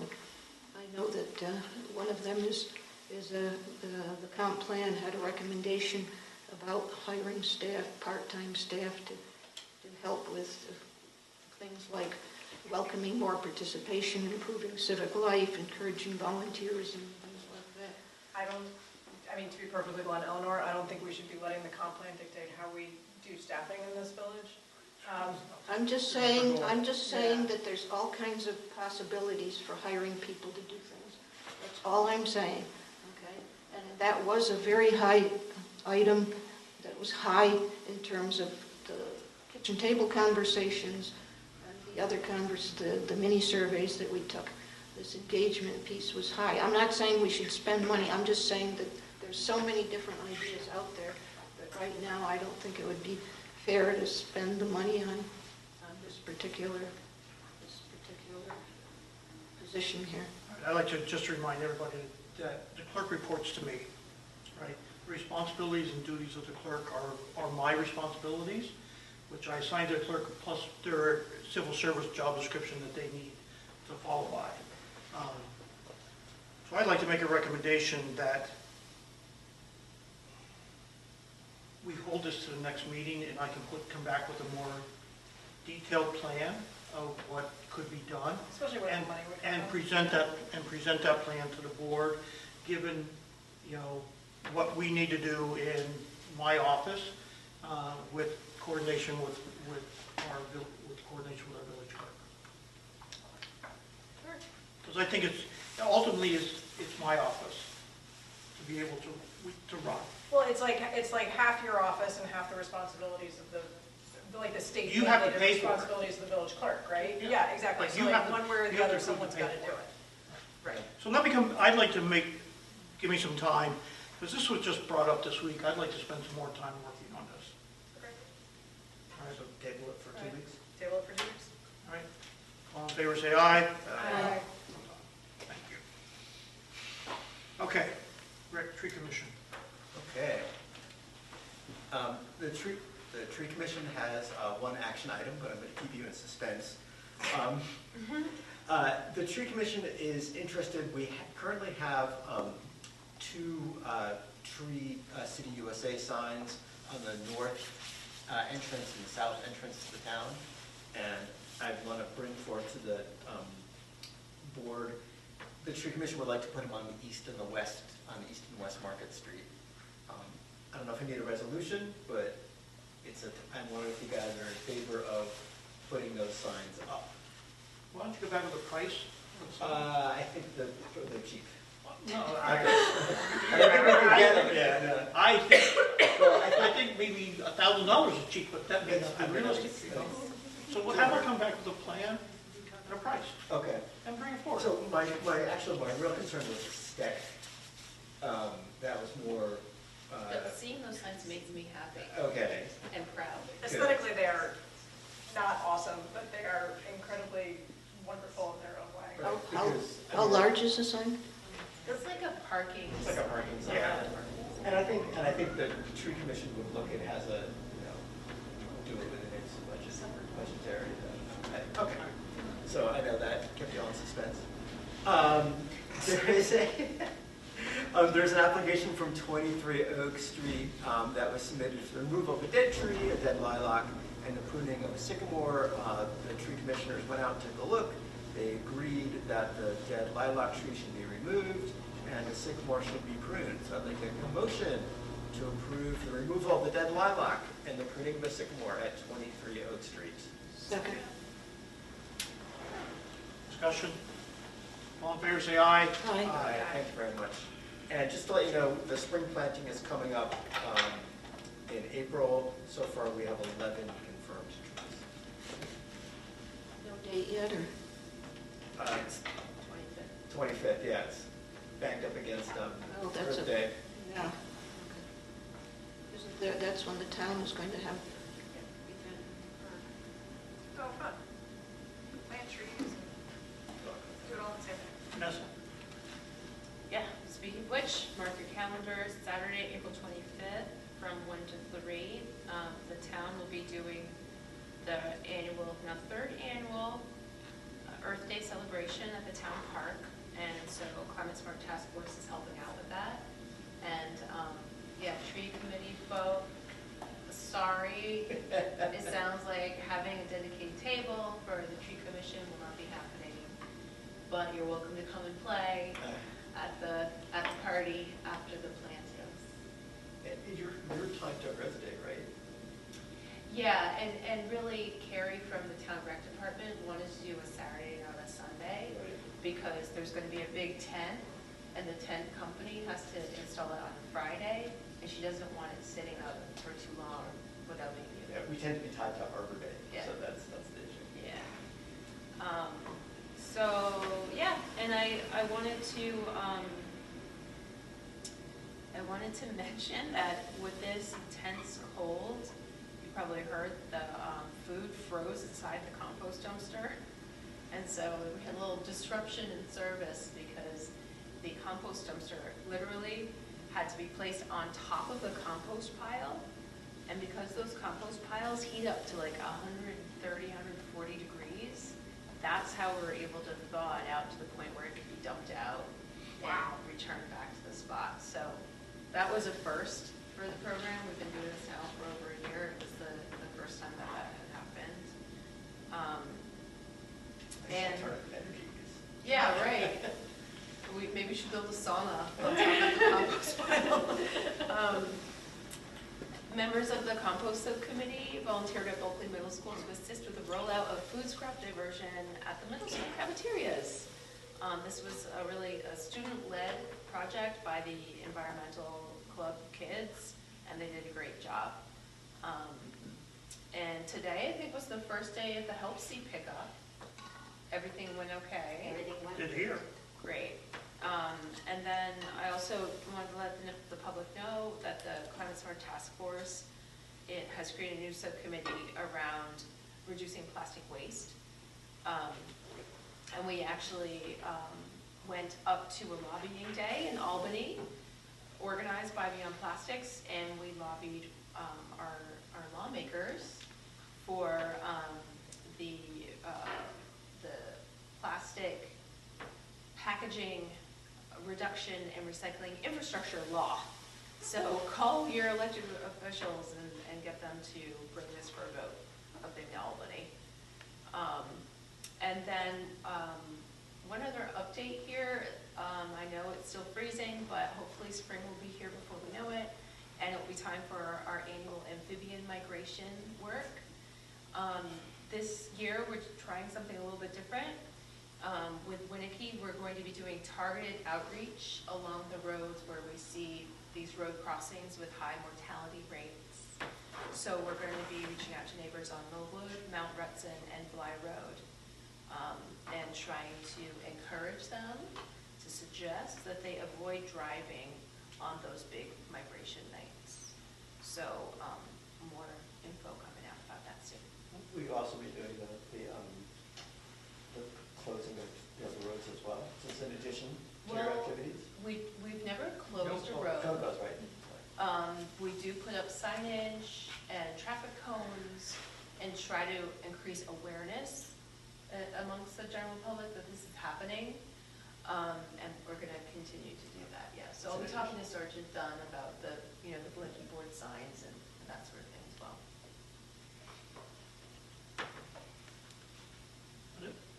Thank you. Elmer. Okay, parks, so our chair, Roger Quan, is going to give a presentation on the year in review.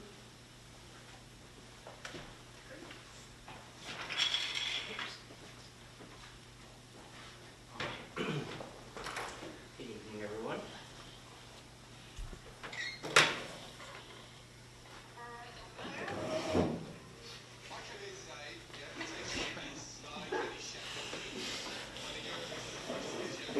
So we do parks and kitchen shows.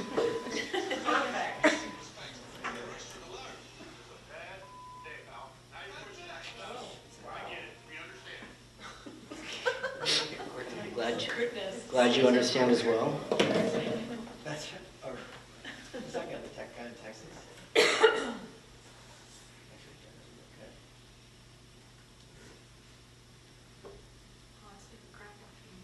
Okay, good evening. Thank you, everyone. I'm Roger Kwan, Chair of the Parks Committee.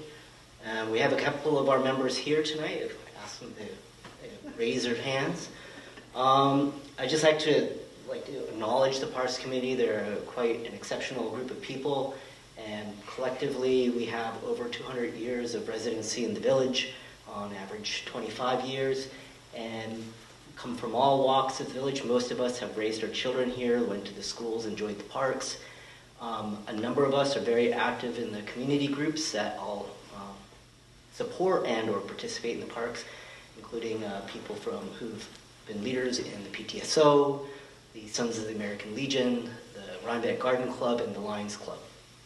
On here we also have a former trustee someone who's very involved in parks development down in New York City and in grant writing, as well as one who's very familiar with the ins and outs of working with government and writing, understanding their processes as well. So we have 7 members, as well as Eleanor, our trustee liaison. So this is really a summary of all their efforts over the past year, including some of our other contributors. So we have groupies. And so Trevor Saxa, Mike Frazier contributed some history for the parks for us. And May Rossi and Debbie Heck, their terms rolled off at the end of the year. And our newest members are Randy Allstat, Kathy Golden, and Bridget Boland. Okay, so for this evening, we're going to go over what our responsibilities are, as described in the resolution, and our focus. So really, how we picked our duties or what we focused on for this year, the responsibilities describe our motivations and whys. We're going to briefly touch on an overview of the parks, and the 2 principal items that we've focused on over this year is a master planning process, as well as a donation policy and partnerships, some of which we've spoken to tonight.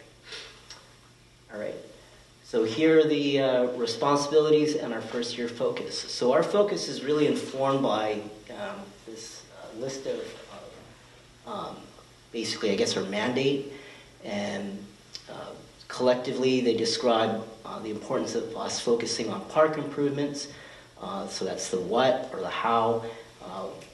Also clarifying who's responsible for tending to our parks, as well as creating a policy so that we can accept gifts and memorials, given the limited green space in our village. So first off, we focused on, what are our parks? It's actually not really described that well in the board resolution, so we just wanted to anchor ourselves on that. And in order to develop a park improvement plan, we centered ourselves on a planning process, which I believe we submitted for recommendation to the board in March. Donations policy, that was actually came early in our committee work around February and March of last year. We recommended to the board to adopt a policy so that they could receive gifts from the public, gifts of material or time. Just to cut to number 7 here, recommended ownership for park stewardship.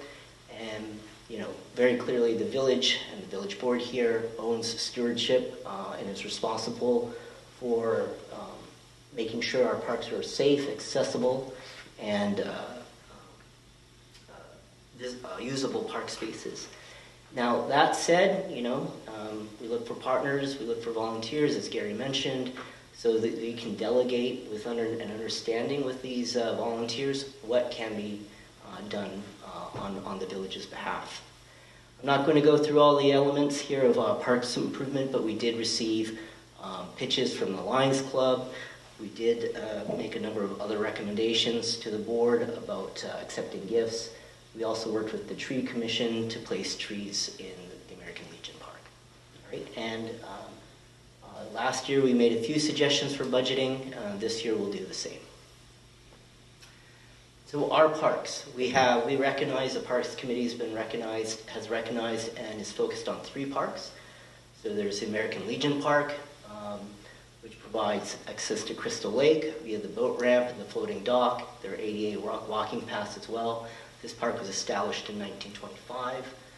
The second form of park is, as we know, the Lions Mini Park, established in 1979 or thereabouts by the JCs, and then the Lions Club took over that responsibility for stewardship. It includes playground equipment and a gazebo, a highly used walking paths to the middle and high school, and is a gathering point for a number of community events, PTSO picnic, the fishing derby, and political rallies. Last, Mike Frazier pointed out to us, the Doughboy Park is actually the DeWitt Grinnell Park. That's what they reference in some of the Historical Society archives. Formally established 1999, of course has the Doughboy statue and contains also war and veterans memorials with their benches. So these are our 3 parks. And in order to develop them further, we came up with what we recommend is a master planning process. Okay, so just like with the comp plan, the purpose is to goal is to have a planning process that's accessible and relevant to all our stakeholders in the community. So citizens, professional planners, decision makers, and our special interest groups. So key stages of this planning process, first we just understand the parks as they are today. That is the plan that we will preserve until there is an accepted master plan going forward. Recommended or best practice for establishing the current state of the parks. I won't go into all the details here, but obviously it includes marking important items that are in the park, paths, and most importantly, establishing a land survey of the space. So the boundaries, the coordinates, as well as the topography, what you can and cannot do. So that's one of our recommendations. Two, then we would identify and prioritize community aspirations for each park. So what is it the community wants to get out of each of these spaces? Is it, continue as is, or are there fresh ideas? And then there would be a design phase, so we would scope plans, right? So once we have all this information, we could present to the board coherently. Here's a design concept, here's what's possible, here's a budget outline, right? Not necessarily, down to the exact dollar, but, order of magnitude dollars. And then there would be a down select with community input, and then finally give the board a final, some choices. Okay. So we'd love any feedback from the board on this process. We hope to work more closely with the CPIC now that it's established to make sure that our practices are consistent with the CPIC. Okay, and master plan status. So we're going to focus on the mini park, just to give you a brief of where we are with this. It is the most used park by our observation. So I'm just going to take the mic. So the mini park is outlined by this yellow parcel, or bright bold outline, parcel 654143. So we might appreciate, we think the park is the whole of this green space, but it's really bounded by the Landsman Kill, South Parsonage Street, North Park Road, and the Arnett Road extension. So when we make a recommendation, we have to have some clarity, and maybe the land survey would give us this. Where can we place, items in the park? Right? Is it explicitly this bright yellow outline, or can we go into the Arnett extension? Do we have an understanding with our neighbors? There's a private lot as well as one owned by the school. What are the boundaries for design? Okay, so that's something the board should be aware of. We took an inventory of all the items in the park. Other features requiring special attention. We are in a watershed, so we have to be attentive to the Landsman Kill, the drainage, so that's being addressed. So anything that we want to place in the park, are there special drainage considerations we need to be mindful of? There is a slope here from Arnett Road into the main park, for instance. There's also parking, and here's a central path. We didn't inventory this explicitly, but a lot of people take a shortcut through the parking lot and cut across the grass. So I don't know if we want to formalize that as a path or not. Okay, so to make strong recommendations to the board, we would recommend the board support a land survey of the space, again, the boundaries and the contours or topography of the park. Okay, there's been some discussion about the Lions and the kiddie area proposals. So as was mentioned earlier, the Lions Club worked very closely with the Autism Support Committee to engage the community and vendors for ideas to reimagine the kiddie area. The Lions Club did give a number of these plans, so there were 3 professional plans and a number of ideas from middle school civics groups. Okay, so the Parks Committee has those plans. We would love to present those as, as I mentioned in our master planning process, as minimally 3 of those plans. We could come up with more. But we need to have some context. Again, the winning plan here shows a trapezoid. That's an extension of the original square into a space. That space includes currently a tree, and we know from history that in the spring it gets pretty soggy and wet. So we need to make sure that the drainage plan, considers that proposal or not. And so these are some of the considerations that the Parks Committee is keeping in mind as we are going to bring forward recommendations to the board. We had a subcommittee look at these plans in more detail. So the subcommittee actually included 2 people where they're experts. That's their literal day job, is to design and develop parks. So general recommendations, again, we have 3 plans, but if we want to expand the palette, they recommend extending the palette, design palette, and getting community feedback. So remove the boundary of having to work in the square, consider use of natural materials, and consider using the existing park contours, for instance, the slope and the stream. Other things to keep in mind: how is our play program going to be differentiated from other options in our community? For instance, there are playground structures at CLS as well as the town. Is the Lions Mini Park, should that be somewhat differentiated from those 2 spaces as well? And make sure that we coordinate the design and layout with existing infrastructure work. So again, drainage, as well as the walking paths. So maybe the Safe Walks to School has the mini park in mind. And if need be, right, we talk about budgets, let's plan to grow, right? Do we need to do everything in one large tranche, or can you start and create a park in phases, right? And so those are the broad recommendations as we develop other ideas. Okay, donation policy and partnerships. Okay, so the intention of a donation policy is that to help our community see that their gifts are realized in a more effective and quick fashion. So the Parks Committee identified 4 different gift types. So unrestricted money.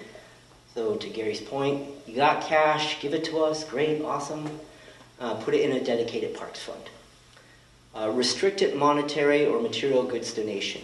So here the donor might say, I'm going to give you money, it could be in the form of a grant or money, but I have a condition. All right?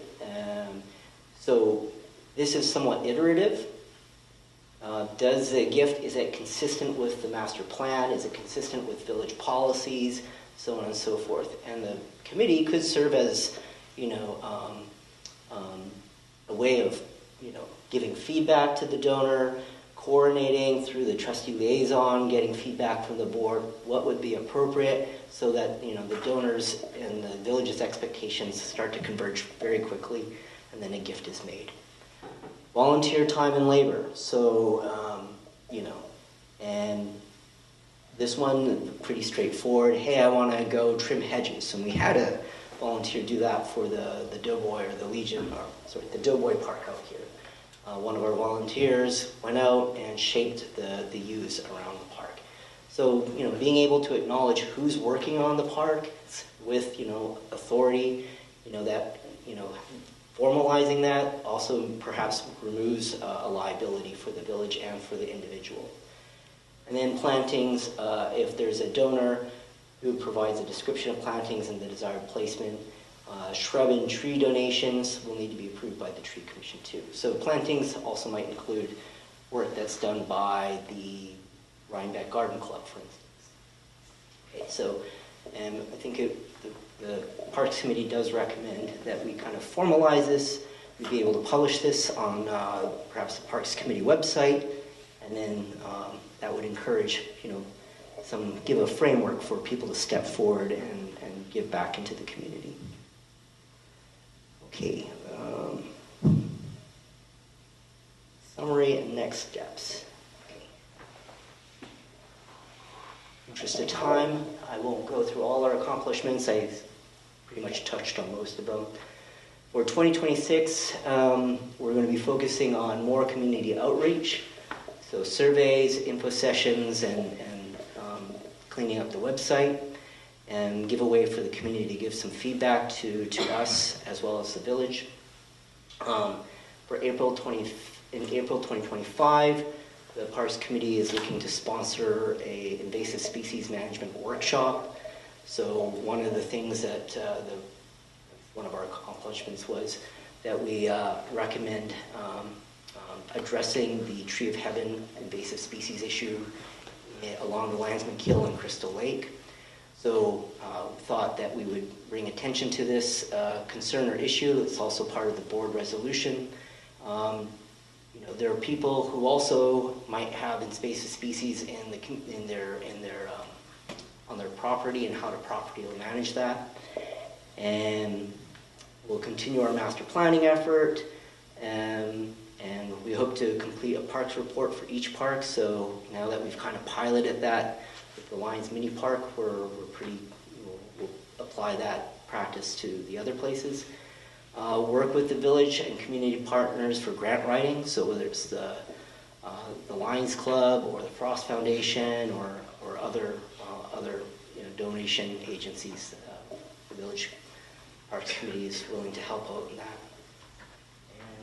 And last, budget recommendations. As you mentioned, it was budget season, so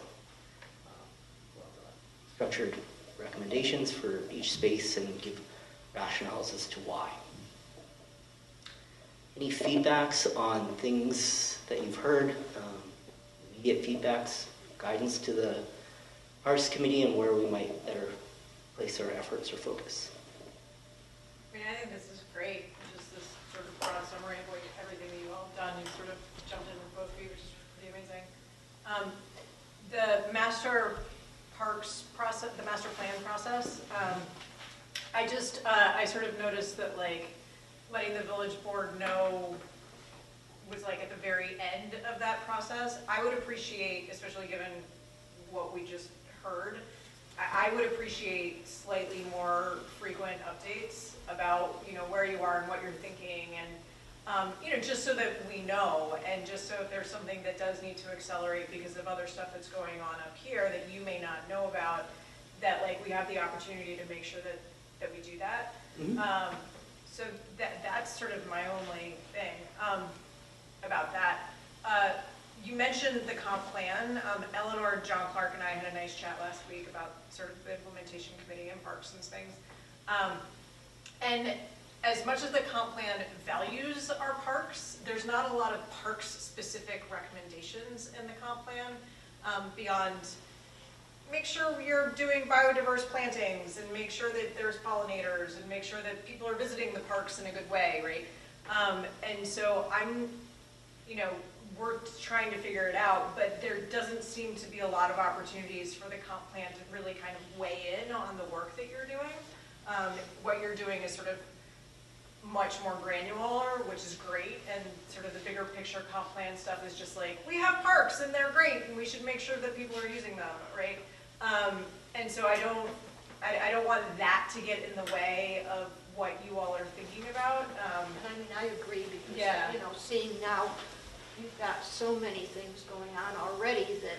Yeah, that probably, once we took a look at, sometime if you share those, I can just share. Yeah, We can send those along, but when we looked at how many of those recommendations were actually park-specific, yeah, they're not then really. it wouldn't make sense for the committee to take a lot of time, because you don't have that many people, and everybody's already on 4 subgroups. Yeah, I mean, we realize that probably the biggest one that you all would want to be part of, and we would certainly involve you in this, is the conversation around the Village Green. The Doughboy. And the Doughboy Park, and sort of what we're going to do with that area. But, as long as you're currently focused on the Lions Park, then that's great, because that works out, I think, with our timing as well. So, yeah. But thank you. This was super helpful. Thank you. Yeah, and I'd be glad to give more updates. First year, we're kind of trying to feel where those boundaries are, what information is necessary and timely. So. And I think the addition of the new members, that kind of, everything started to coalesce. because this wasn't really the effort of a year, it was like a year of like stumbles, and then all of a sudden it really started to coalesce. So I'm pretty optimistic. I really think that we're going to be moving forward in a much more organized fashion now, as you said. That's great. I expect so. Thank you, Roger. You're welcome. Thank you very much. Do we know if the drainage project is going to cover? The drainage project covers everything from Arnett all the way up through. Yeah, so it's storm drain coming off of Arnett, so all the way down where you saw that road coming through, there's storm drain there that dumps into the park, and then there's the perimeter drain around all of it from there back through to. So it's drainage for the whole expanse, That- not just the square footprint of. Not just that little tiny square. It covers a bigger area. And that plan's been presented and shown in a very detailed design that shows that area, so. Yeah, and who owns that parcel, the Arnett Road We do. extension parcel? We do. Oh, we do. It's Yeah. not technically a parcel, it's not a parcel, and it's listed in parcel access, it's part of the road It bill. has no number. It's very Right, it's strange. not a parcel. It's Yeah. owned by the village, and the village can determine anything We they could want pave to it do if we with it. wanted to, we could turn it into a road. Maybe it used to be a road back in the day. It drops off like this into the, yeah, maybe, I thought it was extended at one time to be parking. I thought it was supposed to be, but it's not amenable, but it's. Okay, jumped in. I just was like, does the school own that, or No, does somebody we else own own it. They own that. Okay, We that's good. Yeah, they own the school owns the park beyond that. But that's village property. It's just village property that was outlined. Yeah. All right, we need to move on. Okay, so that's me. So the implementation committee has been working really hard on the prioritization matrix. And we now have a draft tier 1. Well, actually, we have tier 0.5, which is the zoning code, and then we have a draft tier 1, which are the things that we're going to sort of think about over the course of the next 1 to 2 years. Some of them are very long-term projects that we just need to start thinking about now. And some of them we think we can complete within 1 to 2 years. And so that's exciting stuff. Eleanor, just to speak to your comment about the staff person for Village around communications, the implementation committee currently has that as a 3 to 5 year question, not a 1 to 2 year question. So that's their thoughts. Obviously, we can do whatever we want. I'm going to be bringing a couple of budget items to you for discussion. One interesting conversation that we had, crosswalk implementation. Crosswalks are outstandingly expensive to build. It's about $25,000 per corner, so a 4-way crosswalk for a state road is at least $100,000, not including the paint.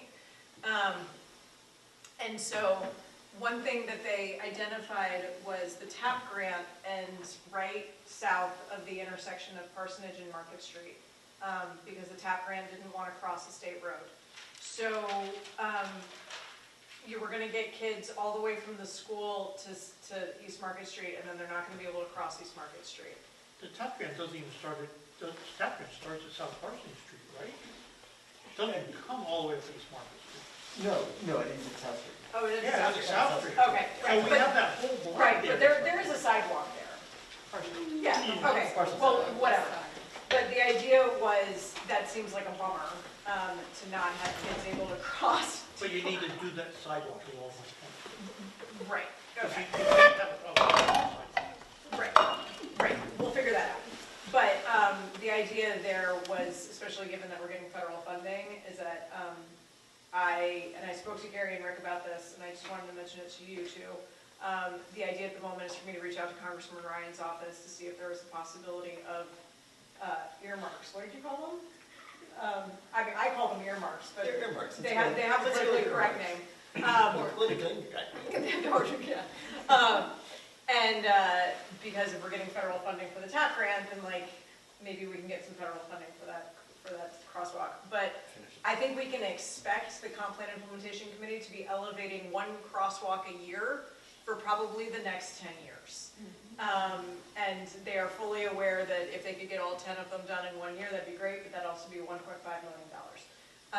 So that's, I just wanted to let you know about that. As we finalize Tier 1, you'll start hearing about it a little bit more. Otherwise, the zoning code work continues. Michelle has now split the planners from the enforcement people in order to get both of those moving faster. And the conversation that we had about it briefly with the implementation committee was there are absolutely no surprises in the draft zoning code. If you are familiar with the comp plan, then the zoning code will come across as the very logical extension of that. One of the issues that we did discover is our current zoning code is actually somewhat difficult to enforce given the way that it's written.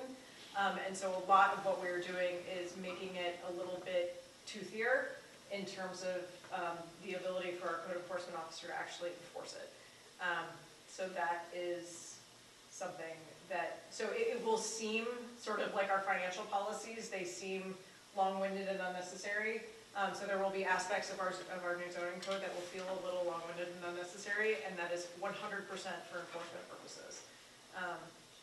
And then we're also trying to think through how we're actually going to present this potentially 150-page document to both us and the public in a way that makes everybody comfortable with it and understand it and all the rest of it. So there's that too. That's all I got. Thank you. Yep. Okay, I'd like to make a motion to approve the minutes from 1/13/26 as amended. Second. All in favor, say aye. Aye. Okay. I'd like to make a motion to approve vacation buyout request of 52.5 hours for employee number 73. Second. All in favor, say aye. Aye. I'd like to make a motion to approve for our fire inspector, Brian Conley, to attend the conference. Second. All in favor, say aye. Aye. Aye. I'd like to make a motion for our conference, for our water department employees to get additional credit by attending the conferences. Second. All in favor, say aye. Aye. Aye. I'd like to announce the best part of the meeting, which is to recognize our employees who are here all the time, and I'd like to recognize first building planning and zoning clerk, Ryan Dowden, for 8 years. Thank you, Ryan. Wow. I know, time flies. And our officers, right? Our officers play a very big role in everything that we do. I'd like to recognize Officer Pete Palin, who's kind of like second in charge for us for 23 years of service here at Village Hall. Thank you to everybody. It is now 8:43. I'd like to make a motion to adjourn. Second. All in favor, say aye. Aye.